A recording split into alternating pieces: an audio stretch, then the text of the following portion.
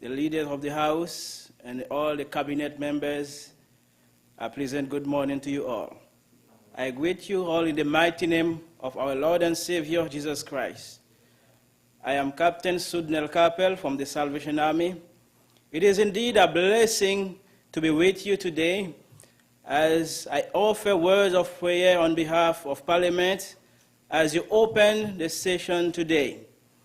May the grace of God fill this day with extra blessings and extend his mighty and powerful hands upon each and every one of you because you have acknowledged his name.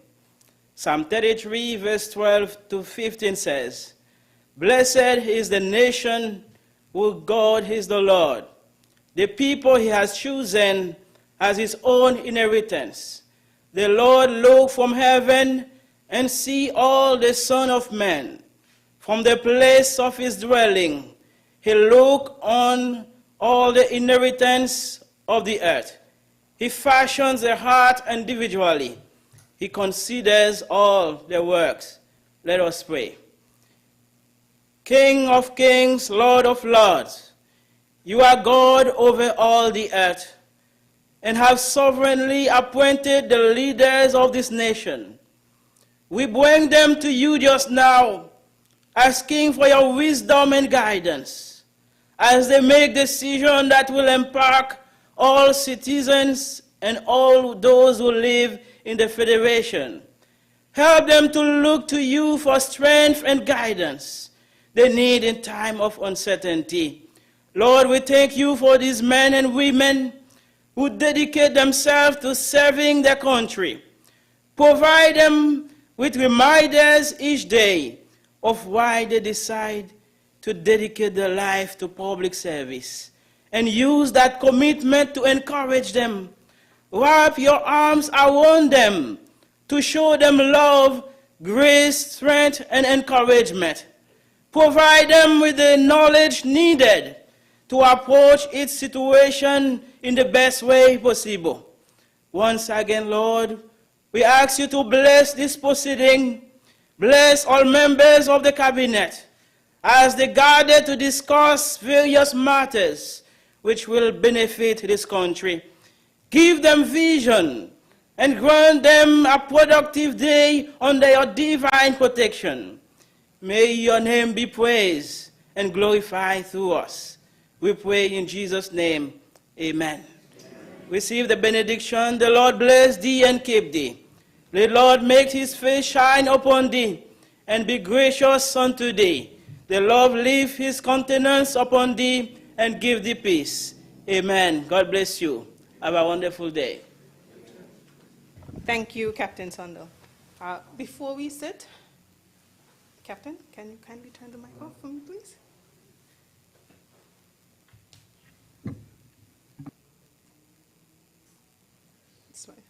Thank you. Before we sit, I respectfully ask that we remain standing and observe a minute of silence in reflection and recognition of the life of our senior member of the media team and dear colleague, Mr. Adrian Lamb. You can go.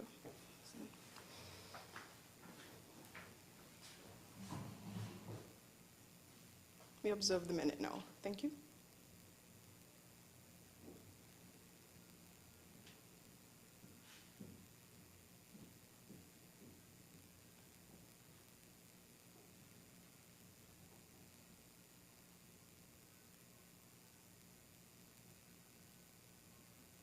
Thank you. You may be seated.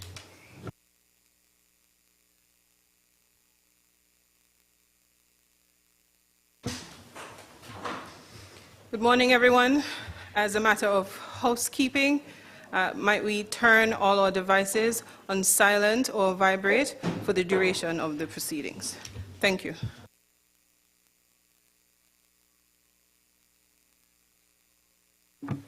Confirmation of minutes. Minutes are deferred. Messages from the Governor General. There are no minutes. There are no messages, sorry, from the Governor General. Announcements by the Speaker. Just two. two notices. I have apologies from the honourable members for number 6 as well as number 9 who are away on government duty. Secondly, today we have some very special guests in the gallery, students and teachers from the Tucker Clark Primary School.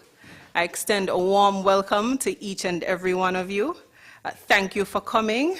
I trust that today is a learning experience for each and every one of you, and I hope you enjoy the proceedings.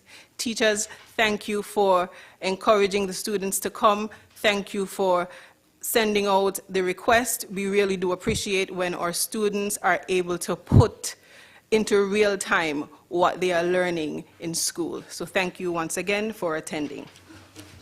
Those are the only announcements for this morning.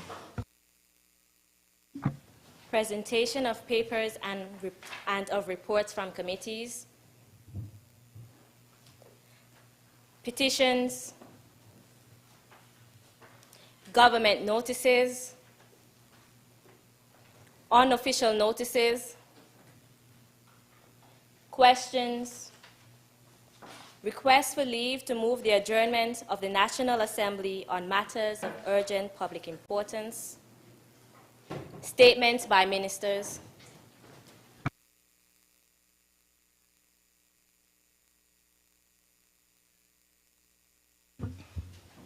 I recognize the honourable member for St. Christopher 8.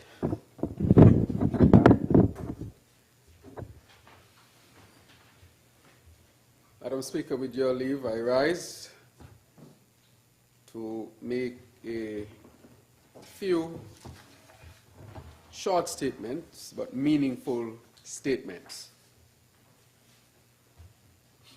As Minister responsible for NEMA, I want to read this first statement. So I rise to address this Honourable House on a matter of utmost importance, our nation's preparedness for the upcoming 2024 Atlantic hurricane season. As we all know, the effects of climate change have made these extreme weather events more frequent and severe. It is our collective responsibility to ensure that we are ready to face any challenge that may come our way. For example, the Colorado State University hurricane researchers are predicting an extremely active Atlantic hurricane season in their initial 2024 forecast. The team cites record warm tropical and eastern subtropical Atlantic sea surface temperatures as a primary factor, Madam Speaker. To that end, the National Emergency Management Agency and the National Disaster Management Department will be coordinating a comprehensive national exercise in the month of May. This exercise will test our communication protocols, the readiness of our emergency first responders, the coordination mechanisms between NEMA and NDMD, the preparedness of all national subcommittees, the response protocols of all our non-governmental organizations, the effectiveness of our public-private partnerships, the activation of our National Emergency Operations Center, NEOC and Emergency Operations Centers, EOCs, as well as the availability and management capabilities of our shelters. It's therefore important for me to inform you that we remain up to date with our regional commitment with the Caribbean Disaster Emergency Management Agency, CDEMA. They have indicated their state of readiness to support any impact or affected state to the region through the regional response mechanisms. Let me add that CDEMA will hold its conference here in St. Kitts and Nevis later this year. The purpose of this exercise, Madam Speaker, is to ensure that our nation is fully equipped to respond to the predicted threats of the 2024 Atlantic hurricane season. The key expected outcomes are to identify areas for improvement, strengthen our disaster management capabilities, and enhance the resilience of our communities. Therefore, Madam Speaker, I encourage all citizens, businesses, and organizations to mobilize and participate in this important exercise. Together, we can work to protect our loved ones, our properties, and our lives and our way of life. I am pleased to announce that in July 2024, the NEMA and other key stakeholders will host a national exercise prior to the commencement of the peak season. That is, Madam Speaker, prior to the commencement of the peak season. The government is committed to an all-society approach in preparing and responding to the threats and risks associated with tropical weather systems such as hurricanes. The government will continue to build and solidify our relationships with regional, international donor partner community who have been investing in building resilience in our federation. Madam Speaker, let me also add, and I've addressed it, we ran one of our first drill where we tested our readiness of our hospital, which would be the most vital institution in any disaster. And that has revealed information which will help us to enhance even further our readiness. I want to say that we can expect more of these drills. I, as the minister, will not risk our country unnecessarily. The only way we can fully find out how ready we are is to do mock drills, and these drills will continue and get us to the point where we are as ready as we can be. And so I want to say that drill has helped us, and we can expect more, and this has to become a norm almost, because, as I said, we are expecting stronger hurricanes this year because of climate change. As a matter of fact, there are those who are now putting forward information that the hurricane season might have to be initiated before the 1st of June. First time in our history as human beings where the hurricane season can be declared to be started before the 1st of June. That has significant implications. And that is why you see we have shifted and have become much more aggressive in testing our systems and making sure they're up to date. What is unfortunate, Madam Speaker, is that you had people out there trying to send all kinds of bad information, misinforming our people as to what took place at the hospital when they know the facts, Madam Speaker.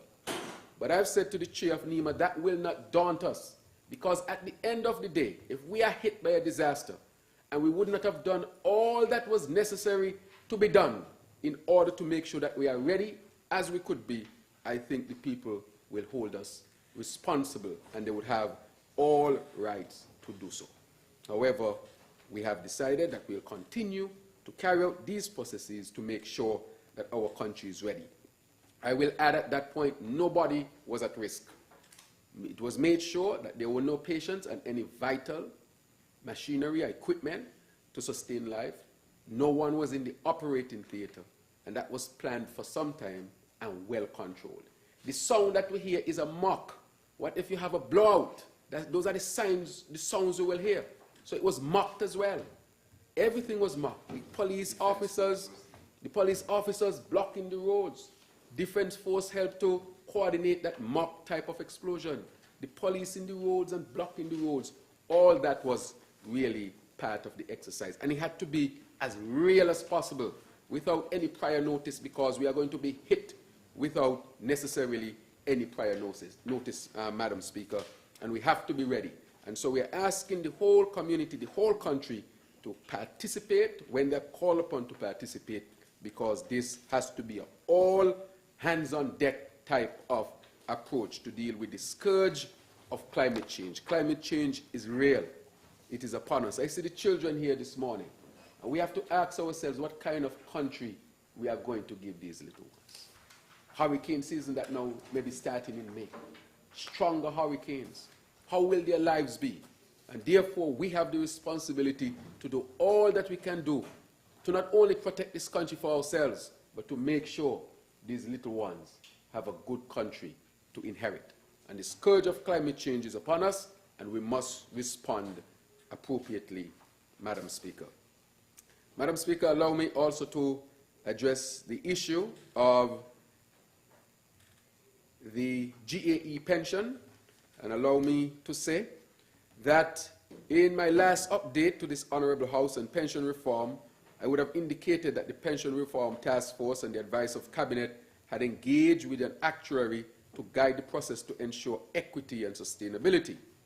The task force is well advanced in this work, and they have prioritized the pension payments to GAEs who exited the government system prior to December 31st, 2024.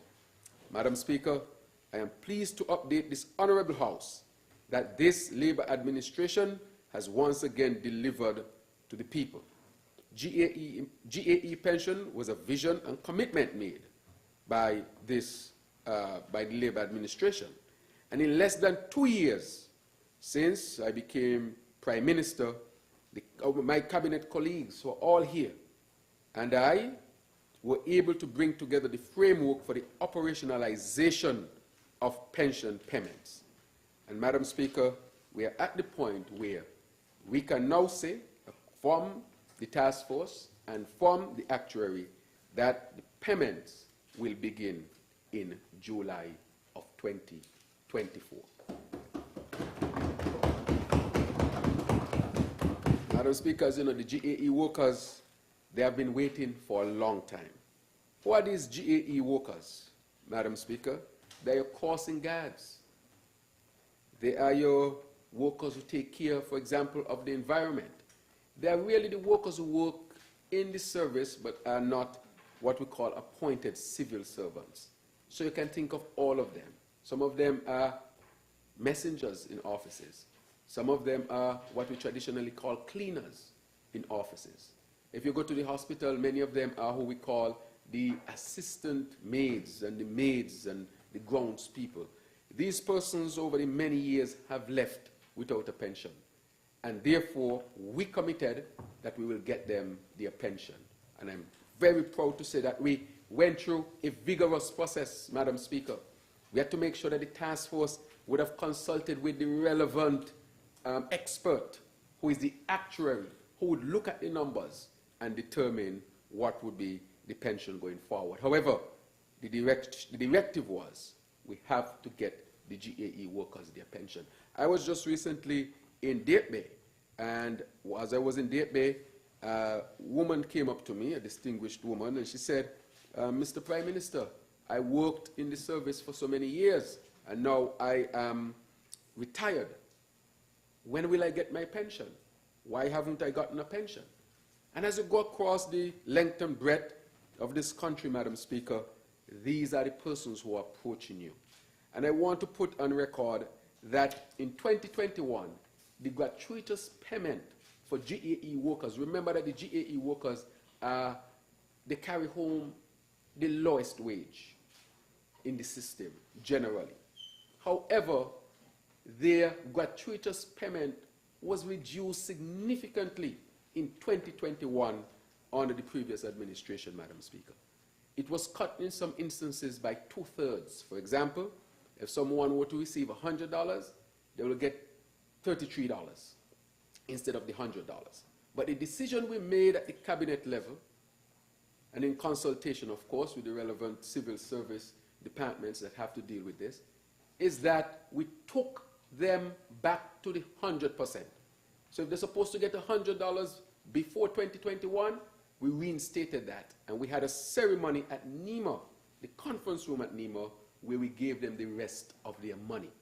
So persons who took home, let's say, $5,000, their eventual payout could have been as high as $15,000. So if they got an initial $5,000, we gave them the rest $10,000. And that took place since we have been in office. But we are now extending it.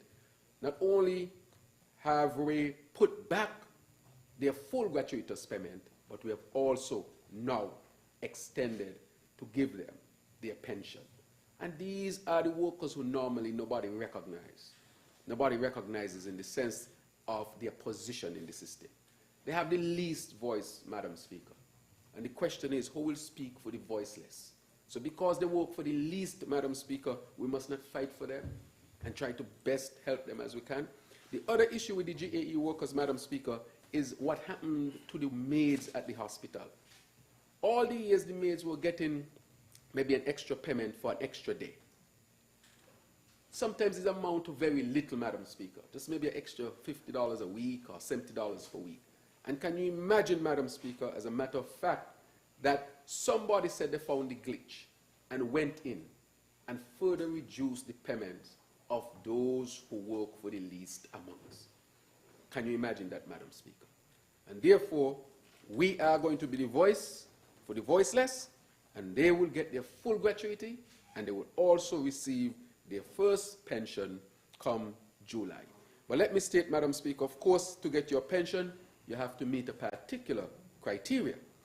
Age 62 years of age, and would have contributed at least 15 years to the service. Those are the conditions under which they will receive a pension until they depart this life, Madam Speaker. So this is excellent, excellent news for our GAE workers. Those are our crossing guards, our cleaners, our messengers, our auxiliary workers in essence, Madam Speaker. Madam Speaker, allow me just to mention one other thing. As you know, part of the major commitment by this Labour administration is to build a brand new hospital. Madam Speaker, the basis for that new hospital, it is because we are dealing with the scourge of climate change. When the last hospital was built under the previous Labour administration, from what I can remember, hospitals were only built in St. Kitts before 1980 and in the year 2000s. There had been upgrades, but the significant policies to build health institutions came under the Labour administrations. This hospital that we are building, it is because we are dealing with climate change. And I've said over and over again that the hospital that was built was not built necessarily with climate change in mind, and nobody could have faulted that time. They built it, and it was well built for that period. However, with climate change, stronger hurricanes, Madam Speaker, we have the acute changes and the insidious changes, the rising temperatures that's affecting materials that were used to build the hospital where we are presently, Madam Speaker.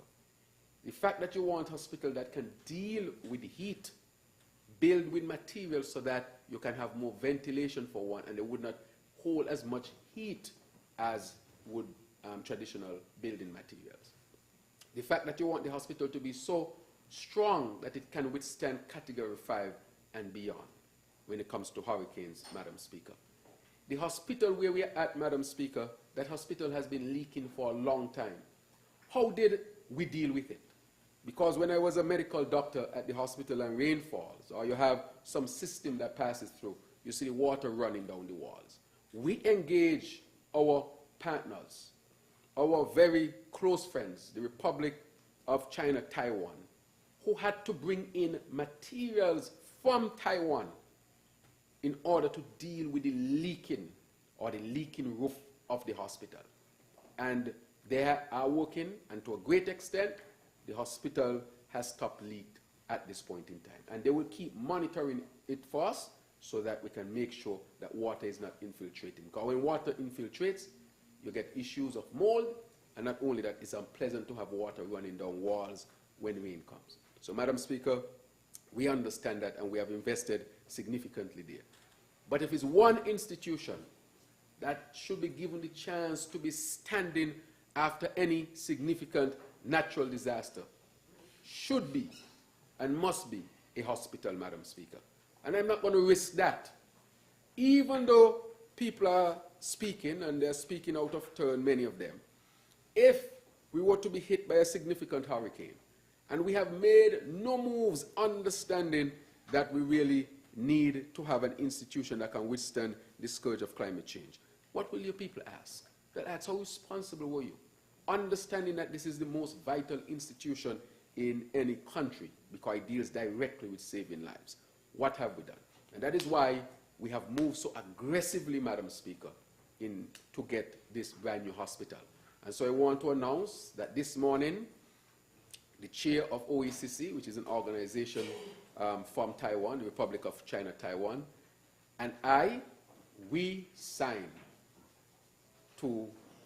we sign for the commencement of the construction of our brand new, climate smart, technologically smart hospital, Madam Speaker. And this afternoon, we are going to journey to the site, which is in constituency number 3. We have maintained the hospital there, and I envisage that the name will remain the same, the esteemed name of one of our national heroes and who would have been long-serving parliamentary representative for constituency number 3, Sir Joseph N. France, Nathaniel, and therefore we intend to keep that. I will say that from the onset, Madam Speaker. And so we hope to complete that in a few years.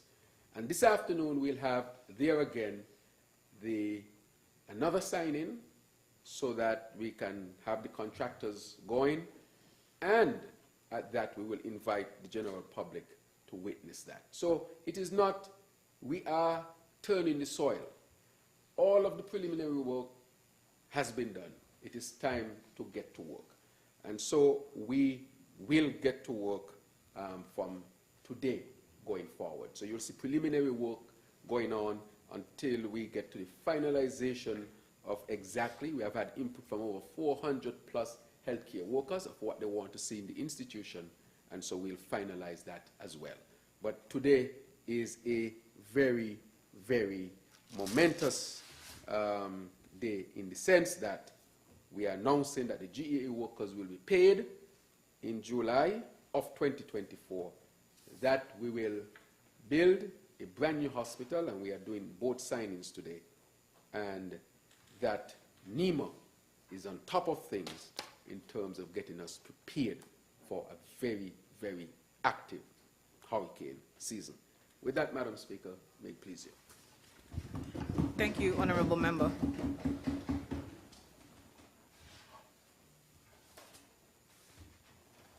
I recognize the Honourable Member for St. Christopher 1. Member for number 8. Thank you very much, Madam Speaker. I rise to make a very brief statement, and I know sometimes, Madam Speaker, when we use the word brief, we run ourselves in a lot of trouble. But after this calling I got from my dear Honourable Minister, Senator Clark, let me see how quickly I can do this. I am beaming in pride, especially seeing my students here from the Tucker Clark Primary School. A very pleasant good morning and welcome. This school, you know, is very dear to me. That's where I went. I went partial school in my time, but the name changed. And I see my niece sitting right in front like she's afraid to smile. Good morning. But, Madam Speaker, I rise on the issue of transformation of education. UNESCO's 2030 Agenda for Sustainable Development Goals has one of its goals: ensure inclusive and equitable quality education and promote lifelong learning opportunities for all. SDG 4 to be exact. This goal, Madam Speaker, is shared by the government of St. Kitts and Nevis and has been wholeheartedly embraced by our ministry. Our academic institutions must be safe havens where both students and staff's potential are developed. As many of you are aware, our Federation's greatest resource is our people, and therefore we must make every effort to ensure that their development is a priority. Our youth must see education as the way out of poverty, and I firmly believe that it is the only tool necessary to eradicate criminal behavior. Too often, systems of exclusions are promoted, but as the Minister of Education, I intend to ensure that our federation system is one of inclusion. Every child has the potential to learn. They just need the opportunity to succeed, and this government intends, Madam Speaker, to provide them with every opportunity possible to realize their potential. Madam Speaker, the Ministry of Education has as one of its top priorities the renovation of schools. Teachers and students must work in spaces that are conducive for learning and teaching. Therefore, my aim today is to update you on the critical projects set out by the Ministry of Education to ensure that our teachers and students are given every opportunity to succeed. Last term, Madam Speaker, the Keon High School was closed temporarily due to mold, and the following measures have been taken and others are scheduled to take place. Let me take my time. The St. Kitts and Nevis Bureau of Standard was engaged to test the buildings, and these results, Madam Speaker, were shared with the administration, staff, and parents. An independent test was requested by the St. Kitts Teachers Union, and the results were shared with the Ministry of Education and the Keon High School management team. Next steps, Madam Speaker, because I'm putting it out there now, because a lot have been saying. Cleaning companies will be engaged to ascertain the ability to clean molds. We're trying to make sure that the right companies, that is the skilled area. Then, of course, the buildings will be cleaned, Madam Speaker, and retested. I should also say, Madam Speaker, that over $500,000 have already been invested in that institution since I became the Minister of Education.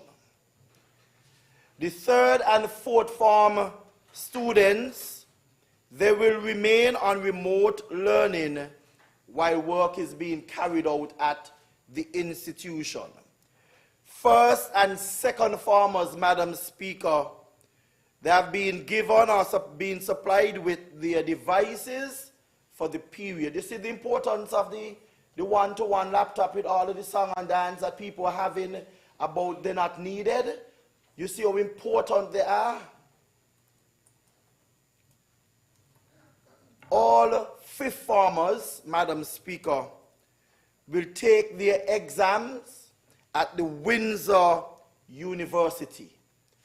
And at this time, I personally want to thank the President and all of the directors at the Windsor University for coming on board with us in this time, ensuring that the students who will be taking their CXCs will be able to do so in much comfort. And I think they deserve a round of applause as well, Madam Speaker, for that initiative.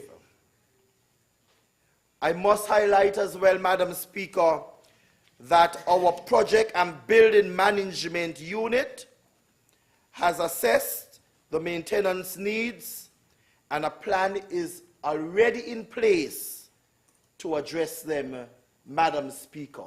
So we are working.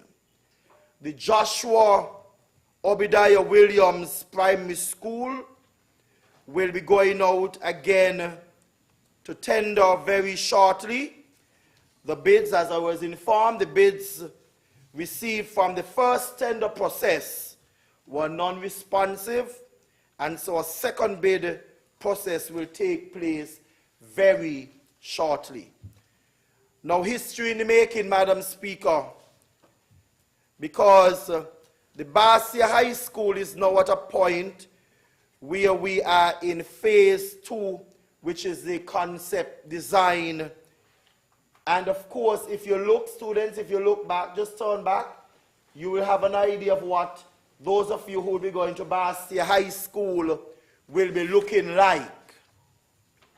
The management team, I met with them yesterday. They too also shared their inputs, and they are pleased with what they are saying, and all they are saying that they need the school. And of course, this will be shared with the parents as well as we go ahead. Funding of this project will be done through the CBI program by one of our citizens who has a track record of excellence in this type of building. And based on what I'm told, once all goes well, from the time we start, it should take 18 months, and it's a turnkey school that we are getting. So, Madam Speaker, our efforts to improve the physical condition of our schools is not limited to these 3 institutions. Currently, major work is being done in the following school. And it's important that I do this, because it's always easy to say, and in social media, that nothing happening or they did not know. Well, I'm going to talk the things then quickly this morning. Charles E. Mills Secondary School, the electrical upgrade that is still happening, and Madam Speaker, that project alone in one school, after taking office as the Minister of Education, $2.6 million alone just to upgrade the electricity in the Charles E. Mills School. When we had a sitting member here, was the rep, and is the rep, and was also Minister of Education. But in less than 2 years, I am on that project. Delivered a bathroom, $400,000 just as I came in, Madam Speaker. The cafeteria in the school, Madam Speaker, is almost completed. All of that in just under 2 years. Well, there are a lot of things happening. And in one school. And I continue. Washington Archibald High School, the second bathroom is being renovated. That bathroom has been closed down for almost 12 years. The work is being done for that bathroom to be operational. Close to another $400,000 this government is investing. And of course, our aim is to upgrade all of our schools, but we know this is going to take time.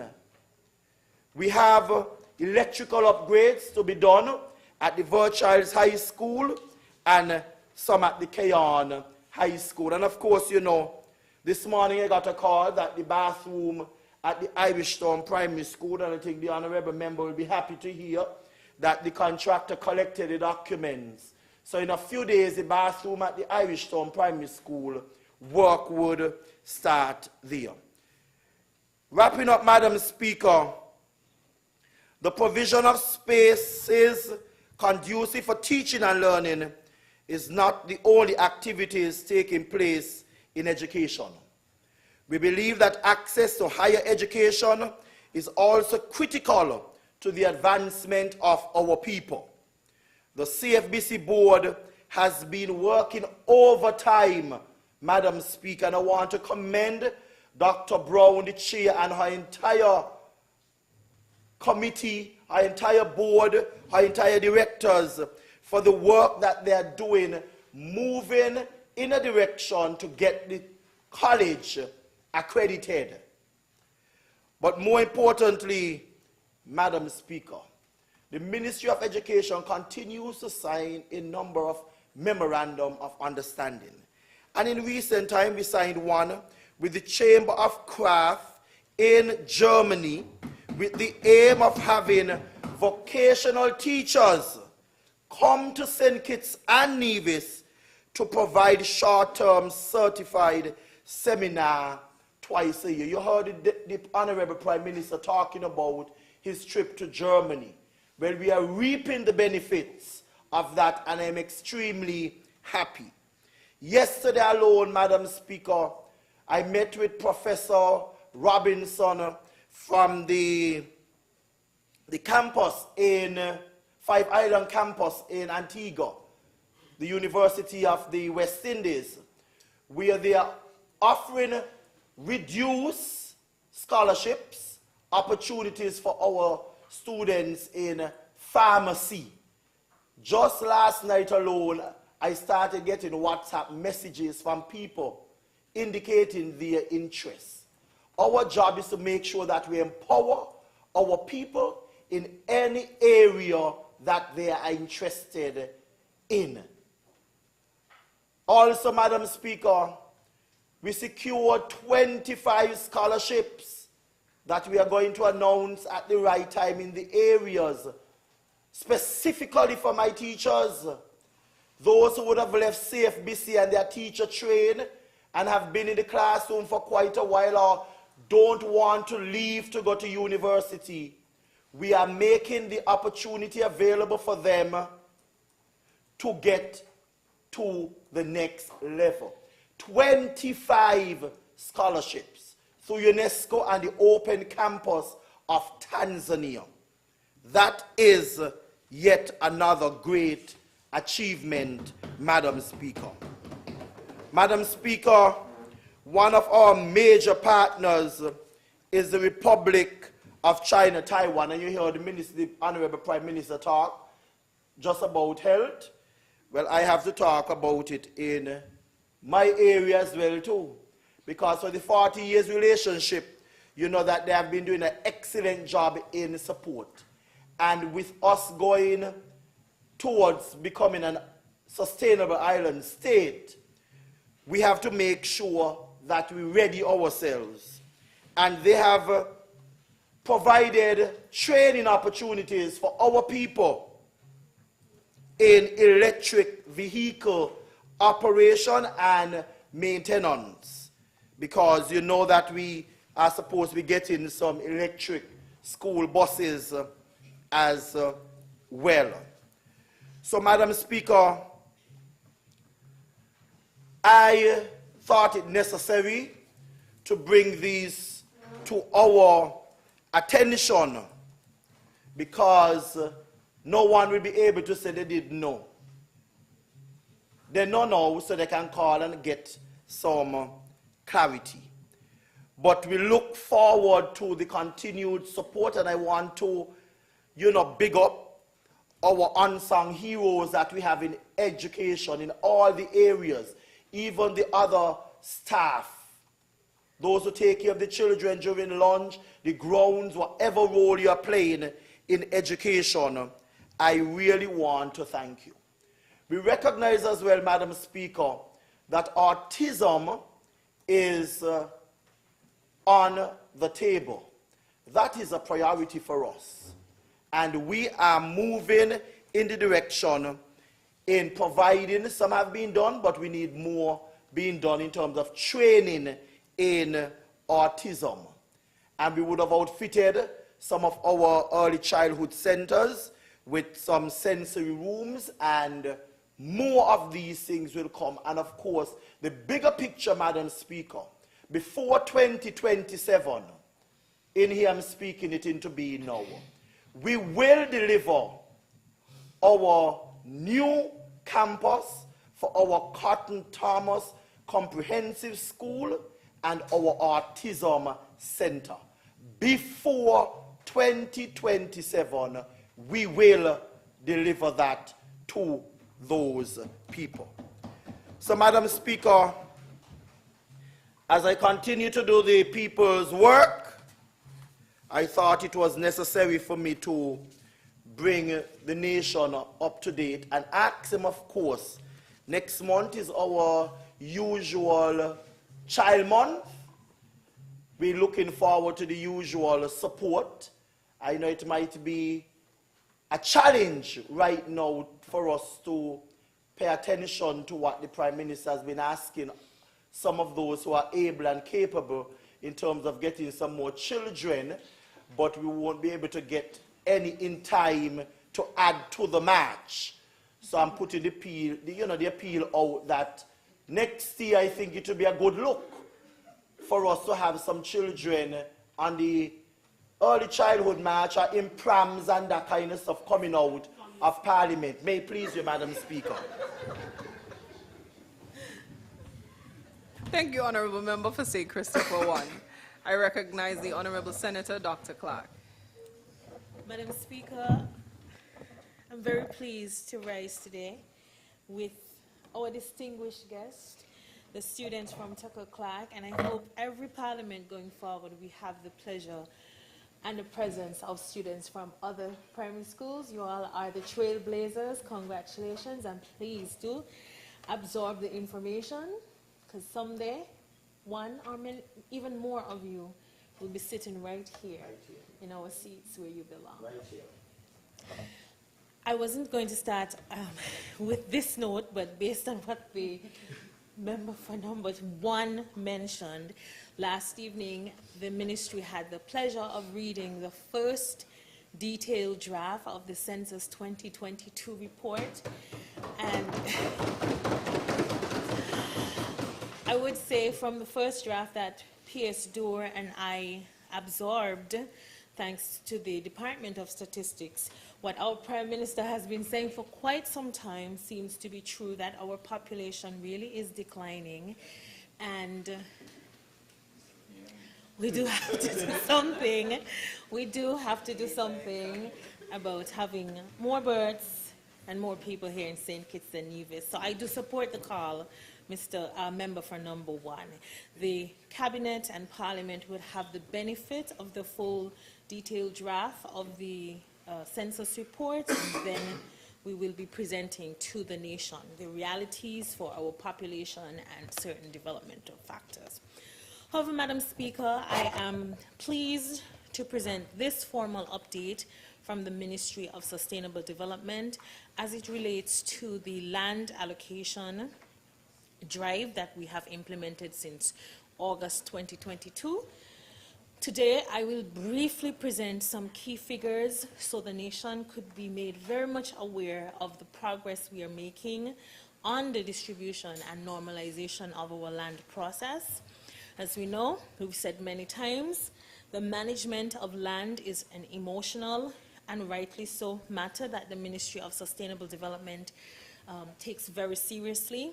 We've been very intentional, albeit slow, in our approach to redistribution of lands and correcting errors from 2022.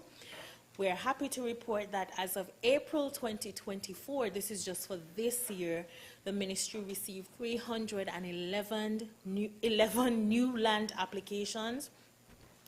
We've already processed 83 pricing letters. These are persons who received letters and have completed their surveys. We have already allocated 51 for this year, 51 young professionals who have opted for lands in new development areas of OG's Dewport Heights developments. We have new applicants who received land, and this particular figure, it's important to us because we have persons who have applied for land up to 19 times.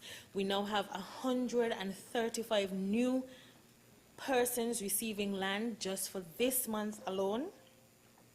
Number of persons who received confirmation letters for lands for 2021, 186 of those matters have been solved. So far for the month of April, that's the first quarter of 2024, we've dealt with over 500 land applications, reallocations, land swaps, and land confirmation issues, and I believe that is something that we should compliment the ministry for. So while some persons may think that the ministry is not doing anything as it relates to land, or persons don't have access, the numbers from the ministry speak contrary to the matter. Persons have been receiving their lands. persons have been honored with their land swaps. We have opened up new developments for our young professionals. We are making land available to the people of St. Kitts as is their right. Additionally and finally, we are receiving continued applications for commercial lands. This has been one of our slowest process. The ministry has stayed true to its commitment that persons will not be disenfranchised from the land process. However, with commercial applications, we are happy that persons have gone through our standard process of confirming their business registration details, their business plans, and so far in the month of April alone, we've been able to allocate 16 new enterprises with lands. These include mechanic shops, carpentry shops, upholstery, and entertainment-related enterprises. So, our small businesses are receiving support, and the ministry wants to inform you that our Thursday land meetings, which were designed for a short 3-month period, have been extended up until April this year, and the ministry is going to continue until all land matters are dealt with. Thank you, Madam Speaker.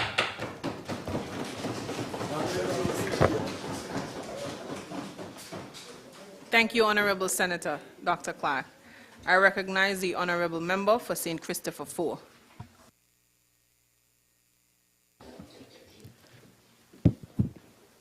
Thank you, Madam Speaker. And after such a brief message, I feel a bit... I don't know if that's the word I was actually going to choose, but I really think it's critical, Madam Speaker, that we stand and give the nation an update on the good work that is going on in and around our ministries and certainly across the government. We've heard from a number of our ministers on the work that they've been doing. And Madam Speaker, I want to say in the areas of my ministries and within my portfolio, I'd like to give a brief update. Maybe not as brief, or hopefully as brief as my senator, but I will attempt. But Madam Speaker, I really want to touch on the area of agriculture. You see, coming in, we did a full assessment of the agricultural sector. And within that assessment of the agricultural sector, Madam Speaker, we analyzed the entire value chain and we analyzed the country's position.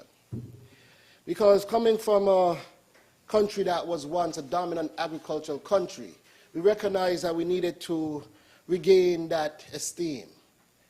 We weren't called Sugar City for nothing. And so, looking at that, we recognize with our fertile lands, as the Caribs would have said, La Amiga, and all the attributes that we have, then we do have the strength to regain that once held esteem. But it needed work. And so we got to work, Madam Speaker. And what we did was to put a comprehensive plan together. And when that plan was released, we saw leaders across the region in agriculture who hailed that plan. AICA, FAO, the ministers of agriculture across the region from Jamaica, St. Vincent, the Bahamas, Minister of Agriculture from the British Virgin Islands, US Virgin Islands, all hailed that plan.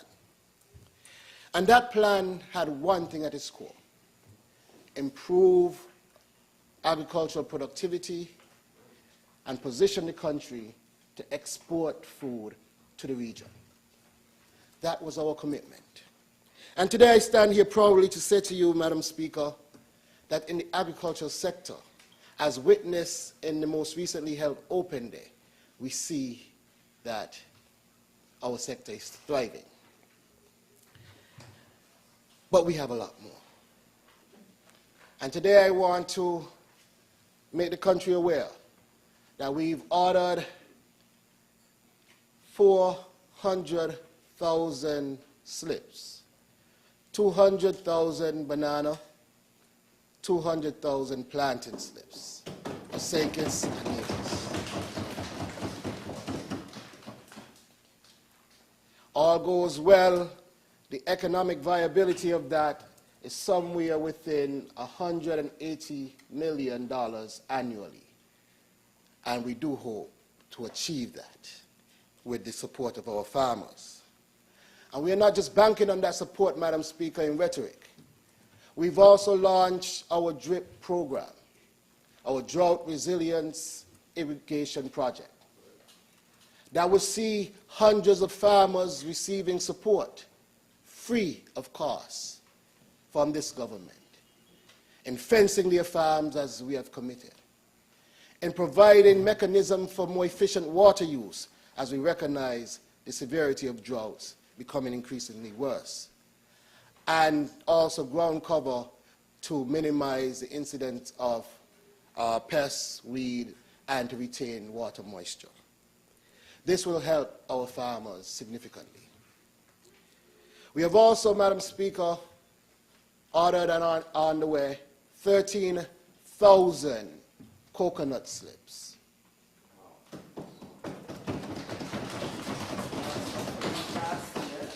Certainly. I remember a time, Madam Speaker, when sailing into Nevis was even more gorgeous than it is today. When you sail in and you had that quintessential look of a tropical island, with coconut trees dipping into the ocean as if they were taking a swim. Sadly, we have lost some of that. But here we are working to regain that image. When the drive into Date Bay was lined by coconut trees on either side, we are working to regain that. And we have ordered our first set of 13,000 coconut plants. The sector is alive and well. While we talk about agriculture, we cannot, of course, leave out our fisher folk. And our fisher folk have been receiving support, so much so that the data has shown that in 2023, the fisheries sector would have brought in $15+ million to our people engaged in that sector. I think that's a huge accomplishment. And Madam Speaker, I mentioned that because in the data that we have, there's no year showing in any data that I've seen nowhere within $3 million of that figure. Highest we've ever seen by our data that we can account for. This is what we are talking about. This is what we committed to our people. Transformation. And as a minister, every day I wake up with that commitment. And sometimes I listen to those trying to gain attention and political relevance. And oftentimes I just smile and I say, you know, it is a good thing that I don't like drama. But I love delivering. And so I have adopted that. No drama, just delivery. No drama, that as well. One, we are seemingly, some people like the politics of, how they say it in colloquial terms, hiking up the frock. And for me, I don't engage in that. The bickering and the arguing and the abusing, I care not for that. We're here to progress. Move St. Kitts and Nevis onward and upward. And the agricultural sector is playing its part in doing just that. But before I leave, Madam Speaker, I want to extend my continued encouragement to some members and institutions within Constituency 4. You see, Madam Speaker, in the area of sports, 2 years ago, nobody recognized that the Old Road United Jets existed as a football club. Today, the Old Road Jets is a big team in the park. Whether you're speaking on male or female football, the Old Road Jets, big team in the park. Female champions currently, well, we know what. You just recently won a champion. Yes, we give the credit. But when you see Old Road Jets in the park, you know where they are. The big team in the park. But that is because of continued support from the community and the other institutions to ensure that our young players recognize their potential. And as a Minister of Sports, and as a fundamental part of empowering that team and that club, I'm proud. And so I think we all should be proud of that development. Where 2 years ago, they were facing relegation. Now, they are questioning whether or not they'll be the next champion team.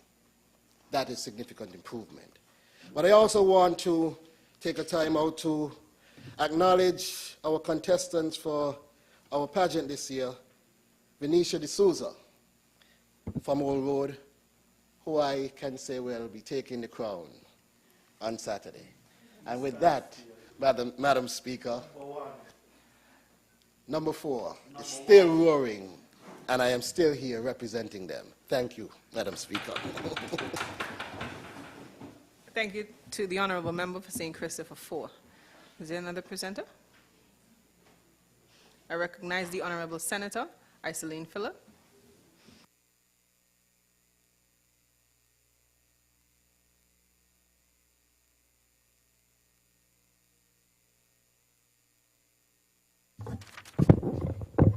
Good morning, Madam Speaker. Thank you for the acknowledgement. Please, before I begin, permit me to also recognize and extend a very warm welcome to all of the students who are filling up the gallery today in Parliament. Very warm welcome to you, students. It's always nice to see the young people come out and engage in nation-building activities such as Parliament and the National Assembly. I often get the question from young people, what is it that you do as your job? This is what we do. I know it might seem kind of boring to some of you at this point, but this is what we do. This is all part of the process for making laws and debating the laws. So I hope you all are paying attention. So welcome.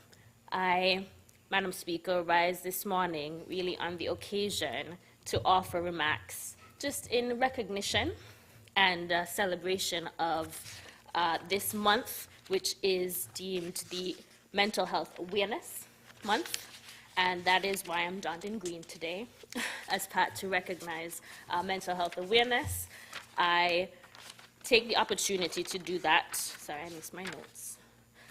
Take the opportunity to do this because this is something that, as a Minister for Social Development and Gender Affairs, the National Counseling Center falls under within that ministry.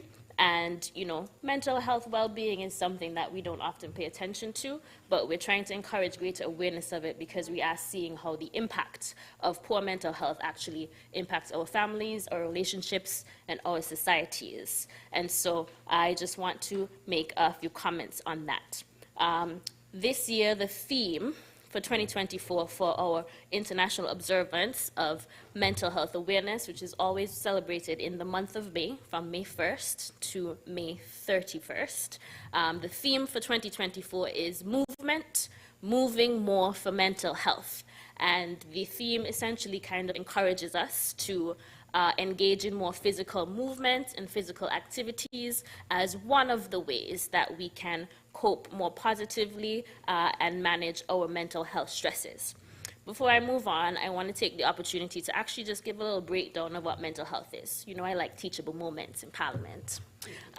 And so, according to the World Health Organization, mental health is a state of mental well-being that enables people to cope with the stresses of life, realize their abilities, learn well and work well, and contribute to their community. it has intrinsic and instrumental value and is integral to our well-being. So simply put, our mental health is really our state of our mental well-being, our mindset, how we feel, how we think, those things. And it's very important because it does impact how we relate to each other, how we contribute to our communities, how we talk to our friends, how we feel and how we manage just the things, all the things that we have going on in life. And so, continuing quote from the World Health Organization, at any one time, a diverse set of individual, family, community, and structural factors can combine to either protect or undermine mental health.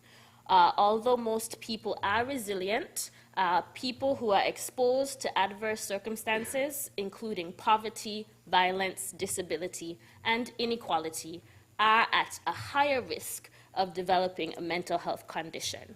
And of course, mental health conditions vary and can actually be treated quite effectively. So all that to say simply is when we think about our mental health, we all have mental health. Just like our physical health, we all have to think about our mental health. And our mental health can be impacted by a variety of factors, such as our living conditions, our relationships, even just our food, our own habits. And of course, it can be even more impacted by situations, so like things like poverty, or experiences of violence, or domestic situations, having a disability, experiencing inequality. And so that's why our mental health well-being is particularly important, especially when we think about our society and our social development. And so, Madam Speaker, I can give some examples. We talk about mental health conditions, and they vary, sometimes worrying too much. That's something, that's a mental health condition in our audience. Who worries sometimes? Anybody worry sometimes? Yes, sometimes we can worry. It's a real thing. That's also part of our mental health. We can worry, we can feel sad, we can feel depressed. Some of these are conditions. We also have some extreme cases of mental health conditions, such as postpartum depression. This can actually really see very real impacts. A few months ago, earlier this year, we would have had the unfortunate murder of some very small children, and that would have been a case where we would have seen a manifestation of extreme postpartum depression on behalf of a parent. And so these things are very real, and they have very real impacts in our society. And so we also know, of course, on the extreme end, we have psychosis, and so this is the range at which we can think about mental health, which is why it's so important for us to think about it and find very positive ways of managing our mental health. And so I want to take the opportunity, again, to know that we are in Mental Health Awareness Month, to really encourage everyone, all of us, to really think about and just garner a greater self-awareness of our own mental health. So think about where you are at. Think about what you're feeling. Think about the things that impact your mental health. So, as students who are here, maybe sometimes, when you have an exam, right, you can get really anxious, right? Sometimes, you can have an exam and you're thinking, oh my gosh, am I going to pass? Am I going to do well? One of the ways, that's your mental health right there. But how do you cope with that? One of the ways you can do that is through preparation and organization. That's one of the ways you can manage that. Making sure you study hard, making sure that you don't just wait till the day before your test to study your work, making sure you ask questions to your teachers, or even talking to each other as friends. Sometimes managing our mental health could just mean we just need a friend to vent to sometimes. So, sometimes you just need to talk to somebody and release whatever it is that you're feeling. And so I make the plea and really encourage all of us to be a little bit more considerate, be a little bit more compassionate of each other, because we're all managing some level of mental health stresses in our own level and at our own, in our own context and situation. And so I want to encourage us to become a lot more self-aware of our own mental health, but also be a friend, be kind, be compassionate, to also see how we can help others and not add to the stress of other people. And even for us as leaders, encouraging my fellow parliamentarians, we do a lot in terms of leading the country, taking time to unplug. So if and when, the Prime Minister says he needs to take a vacation, I hope the members of the public can give the man a little grace, because he's also just human like all of us, and we all need some time to just unplug because it's good for our mental health and well-being. On the note in terms of what we're doing within government, particularly within the Ministry of Social Development and Gender Affairs, the National Counseling Center this year is actually partnering with the Development Bank as a corporate partner in regards to mental health. So I really want to thank the Development Bank for taking the initiative to reach out. And throughout the month, they're going to be doing different activities. The counseling center is at the disposal of all persons in the public. And this month, they are partnering with the Development Bank to have a health walk, which is hosted on the 25th of May, and it will be from Frigate Bay Lawn to Majors Bay. They're actually prizes, they're actually monetary prizes that they will be giving away for those who take the walk and arrive first, second, or third. So I want to just encourage members of the public and anybody who might be interested, you can look out for that, participate in that. It is an opportunity to walk or run, to move your body, so that you can have some more, just engagement outside in nature. That's one of the ways you can, help your mental health. And so look out for that. Also, the Counseling Center will be connecting and collaborating with other agencies and partners to facilitate some workshops and sessions on the impact of mental health in terms of your work and experiences. And so I want to encourage everyone to stay connected to the National Counseling Center. They usually post tips every day. I follow the Counseling Center. And so they usually post some tips in terms of what you can do to make sure you protect your mental health and improve your mental well-being. And so you can find and follow the Counseling Center on Facebook and Instagram. And so with that, Madam Speaker, I'd like to thank you and take my seat. May it please you. Thank you to the Honourable Senator Iselene Phillip. I recognize the Honourable Member for St. Christopher 3. Thank you, Madam Speaker. And with your leave, I want to make a brief statement to this Honourable House as Minister with responsibility for water in particular. Water, water. Water is life, and every drop counts. Water is life, and every drop counts. Allow me, Madam Speaker, to give an update on, I think, an area that affects you, Madam Speaker. In August of last year, or thereabout, Bedrock Exploration and Development Company, that is BEAD, informed the Water Services Department that they had drilled to over 500 feet into the ground in Taiwan to find an aquifer that could produce potable water for the people of Taiwan and its environs. Initial water quality tests from a NILAP accredited laboratory that's in the United States revealed that the well was producing potable water meeting the required international standards for drinking water. The well was then subsequently built out.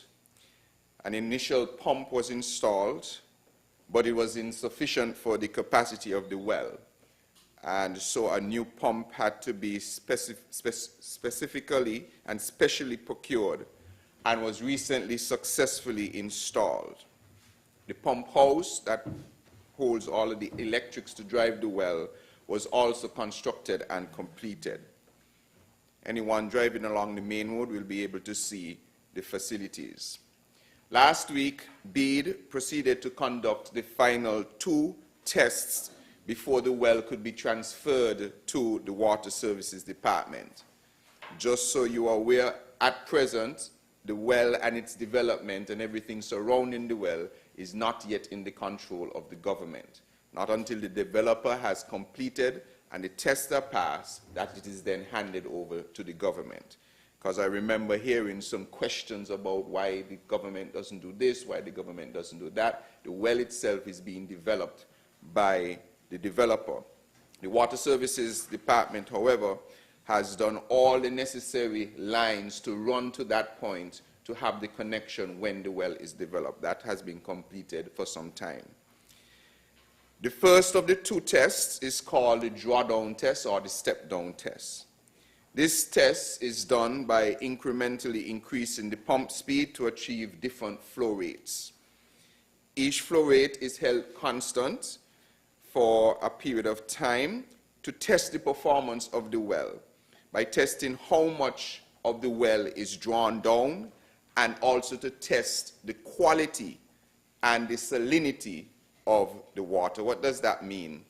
Imagine if you have maybe a tall glass of water and you have a pump in it and the glass is getting water from somewhere else, or let's say a container. The pump will be set at a specific speed and that water will draw down. So the water will keep coming down. So let's say it draws down by 1 foot and we're pumping at 100 gallons per minute. We will test the water, or they will test the water at that stage for a couple of things. One, they will test to see if it starts to draw down even more at the same speed. It will test to see if we are pulling in salt water into the well. It will test to see what the total dissolved solids in the water are, like the minerals that are in the ground and all of the manganese, whatever, calcium, whatever nitrates, etc. are in the water. Once it remains constant, it means that the well is being replenished at that rate, and so we're good. So they increase the pump speed again. So now the water goes, let's say, down to 3 feet, and they keep it at that rate for another time, and they repeat the test. And they do that, increasing the speed of the pump until they reach a predetermined amount, level that they will pump the well at. So after that predetermined drawdown level is achieved, and they have tested and they're keeping the pump going, the second test begins, which is called the 72-hour test. The test is called, as I mentioned, the test is called the 72-hour test, where the well is pumped continuously at a specific flow rate and observed for a period of 72 hours. So now that we have determined that we are going to draw down the well to a particular level, the pump runs for 72 hours to see, one, does the level of the water in the well drop further or does it stay consistent? 2, are we pulling in salt water? 3, is the water potable?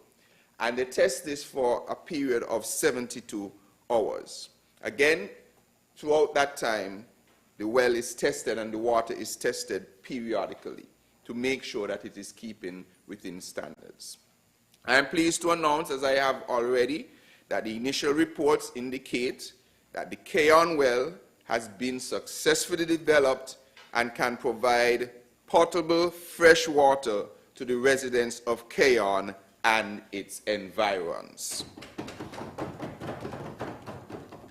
Samples of the water taken by BEAD have been sent to the laboratories, the accredited laboratories, so that we may have accredited lab results before we officially turn on the pump to supply water to our water system. We expect the results in a matter of days. The Water Services Department has also taken our own samples and provided them to the Bureau of Standards here for our own independent testing of the water from the Keon well. Next, the developer is expected to move on to Shadwell to redevelop an existing well in a similar fashion to ascertain if they can find potable water from that well. The Water Services Department is interested in doing further well development, and we are well on our way for that.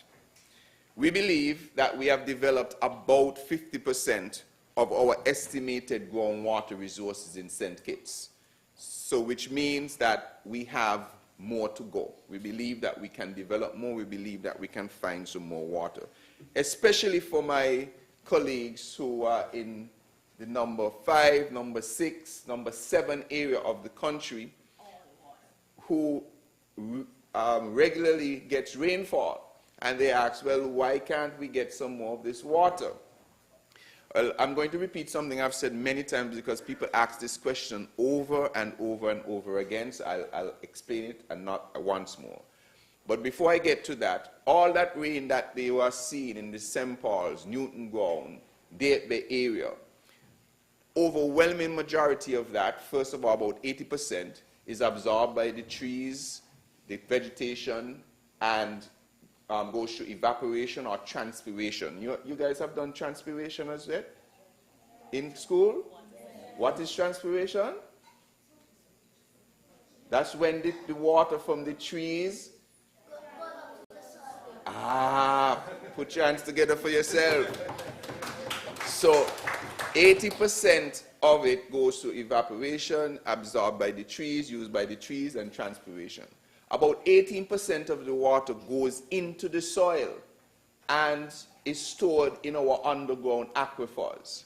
And another 2% runs off through, like in the guts and so on. So only a small percentage of the water actually runs off of St. Kitts. So this, I go to the question now that people ask all the time, and I'm going to take 3 minutes to explain that very quickly. One, first of all, although you stand and you see a gut running and it looks like a lot of water to you, that's only a minuscule, a small percentage of the amount of water that the ground is actually getting. When you get a chance, students, go and look at a map. Look at the size of a gut, and then look at the size of the area around the gut. So if the gut is one line on the map, and it's producing all that water, well, what about all the other areas that are around it? Could you imagine how much water that is? So when you see the water in the gut, people ask, and always ask, Minister, why don't we capture that water and use that water in our system? Okay. Well, St. Kitts and Nevis, well, St. Kitts roughly has about 7.5 million gallons of storage presently. We use, our capacity, our demand for water is about 7 million gallons per day. So let us say that the Prime Minister decided, as Minister of Finance, to give Water Services Department umpteens of millions of dollars to, let's say, build 21 million gallons of storage. That's a lot. And we were able to direct that water coming out of the guts, the one in Newton Ground that was running the other day, the one in College Street gut, the other gut that we have. What did I say first? Westbourne gut, College Street gut. Let's say we found a way to direct all of that water to the 21 million gallons of storage. You remember the other day we had that heavy rain on the western side of the island? How long ago that was? It's about a week and a half, 2 weeks ago. If we were able to store all of that water coming from that gut in that new 21 million gallons of storage that we have, how many days would that water last us? If you were paying attention. St. Kitts uses 7 million gallons a day. We have built 21 million gallons of storage and was able to put all the water in that 21 million gallons. How many days can we supply the country with water from that storage? 3 days. So it means the Minister of Finance would have expended a whole set of money to only be able to supply water for 3 days because it hasn't rained like that since. And sometimes we go months without having a shower like that. So our problem in St. Kitts is not storage. It is not about capturing that water that is running in the gut. It is for us to have a consistent supply. Now, if it rained all the time, and if we had a gut that was running all the time, then yes, you build your storage because you can replenish it. But even if we build 49 million gallons of storage today, that's only a week worth of storage of water. And we're not going to get that rain every week to keep that water. So what do? We have two options. One, we look for if there is a consistent source. And we do have some consistent sources. One in Green Tree, is it called, or Green Hill. We have in Wingfield, where you have a little water. It's not a lot. It's not a big river, about this amount, coming through. So that's a consistent source that goes to many storage facilities. But the other place, remember where I said all of that water went when it rained? Into the ground. Now, imagine a 21 storage million gallons facility compared to the whole of under St. Kitts and under of St. Kitts. That has billions of gallons of storage. So there are billions, not billions, there are trillions of gallons of water underneath our feet. The aquifer in Bastia Valley Aquifer, produces almost, or we pump about 3 million gallons of water from that every day. Multiply 3 million by 100 days, just over 3 months. We are pulling 300 million gallons of water from there. Could we build a tank that big? For a year, that is going to be almost 1 billion gallons of water. Because that is where an effective storage is. The other option is desalination, because the sea has trillions and trillions of water that we can convert. So I hope that I have answered again that question about whether we should be building more storage to capture that runoff water. It is not an economical or viable option for us at this time. One time I visited Dominica. On my way to the airport, I passed 1 million rivers. 1 million rivers. I asked them if they can't send some for us. I was in Belize. I passed this big river. It's been running for hundreds and thousands of years. That is a consistent supply of water that you can use to get into your system. So what we have to do is to find those wells, those God-created reservoirs that we can tap into. And so we intend to explore and develop the remaining of our groundwater resources over the coming years. And this would involve, of course, the identification of our best aquifers and the drilling of high-yielding wells. If wells are drilled in areas where the demand is not yet developed, then those wells will be diverted to areas where they are needed. Now, the science of groundwater development, hydrogeology, is continuously evolving.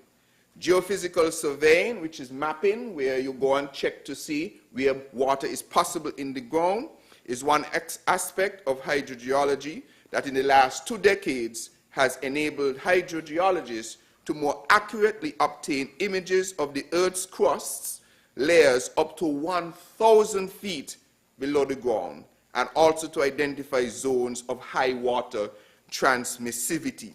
I think I'm pronouncing that wrong.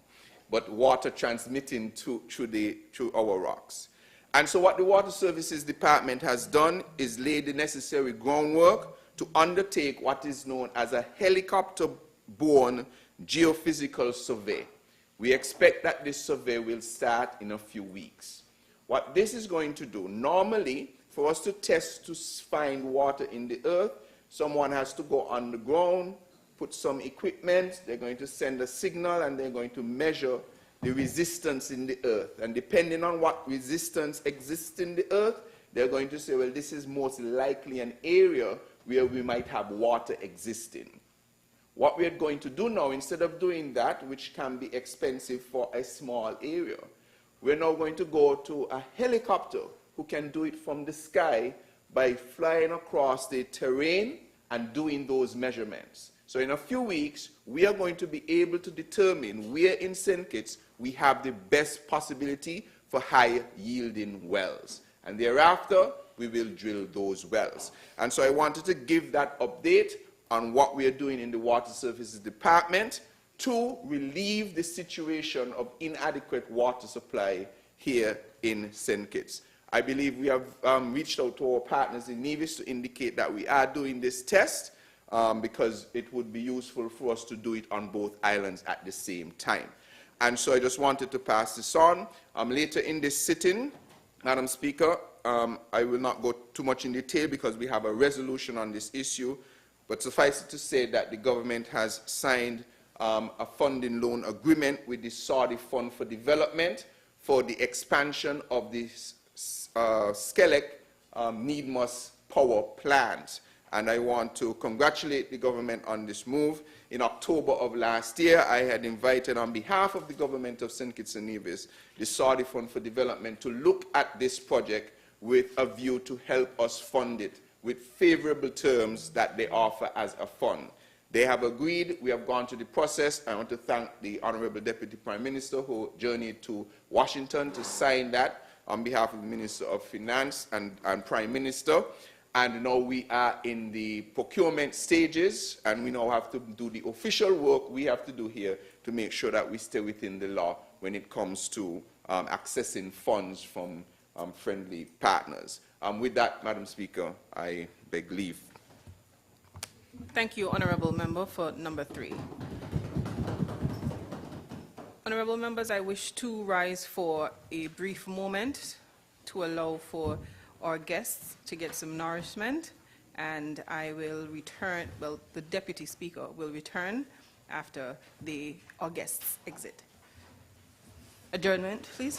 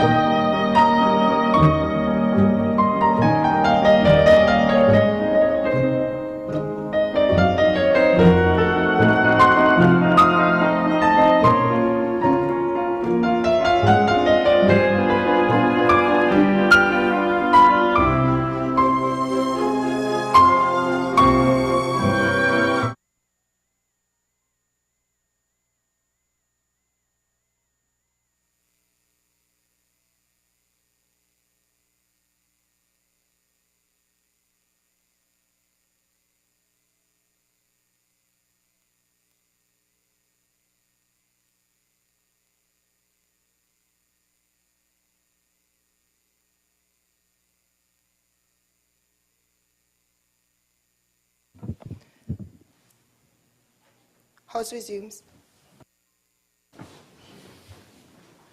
Madam Deputy Speaker, with your leave, I am proposing that we take a break now for lunch, as the students have left, and we happen to be out in the hall, and the aroma of the food has insisted that perhaps we take the break now and return at 1:45?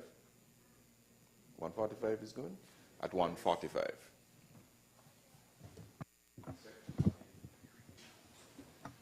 Madam Speaker, I rise to second that motion. Okay. So the House would be suspended for an hour for lunch. We return at 1:45.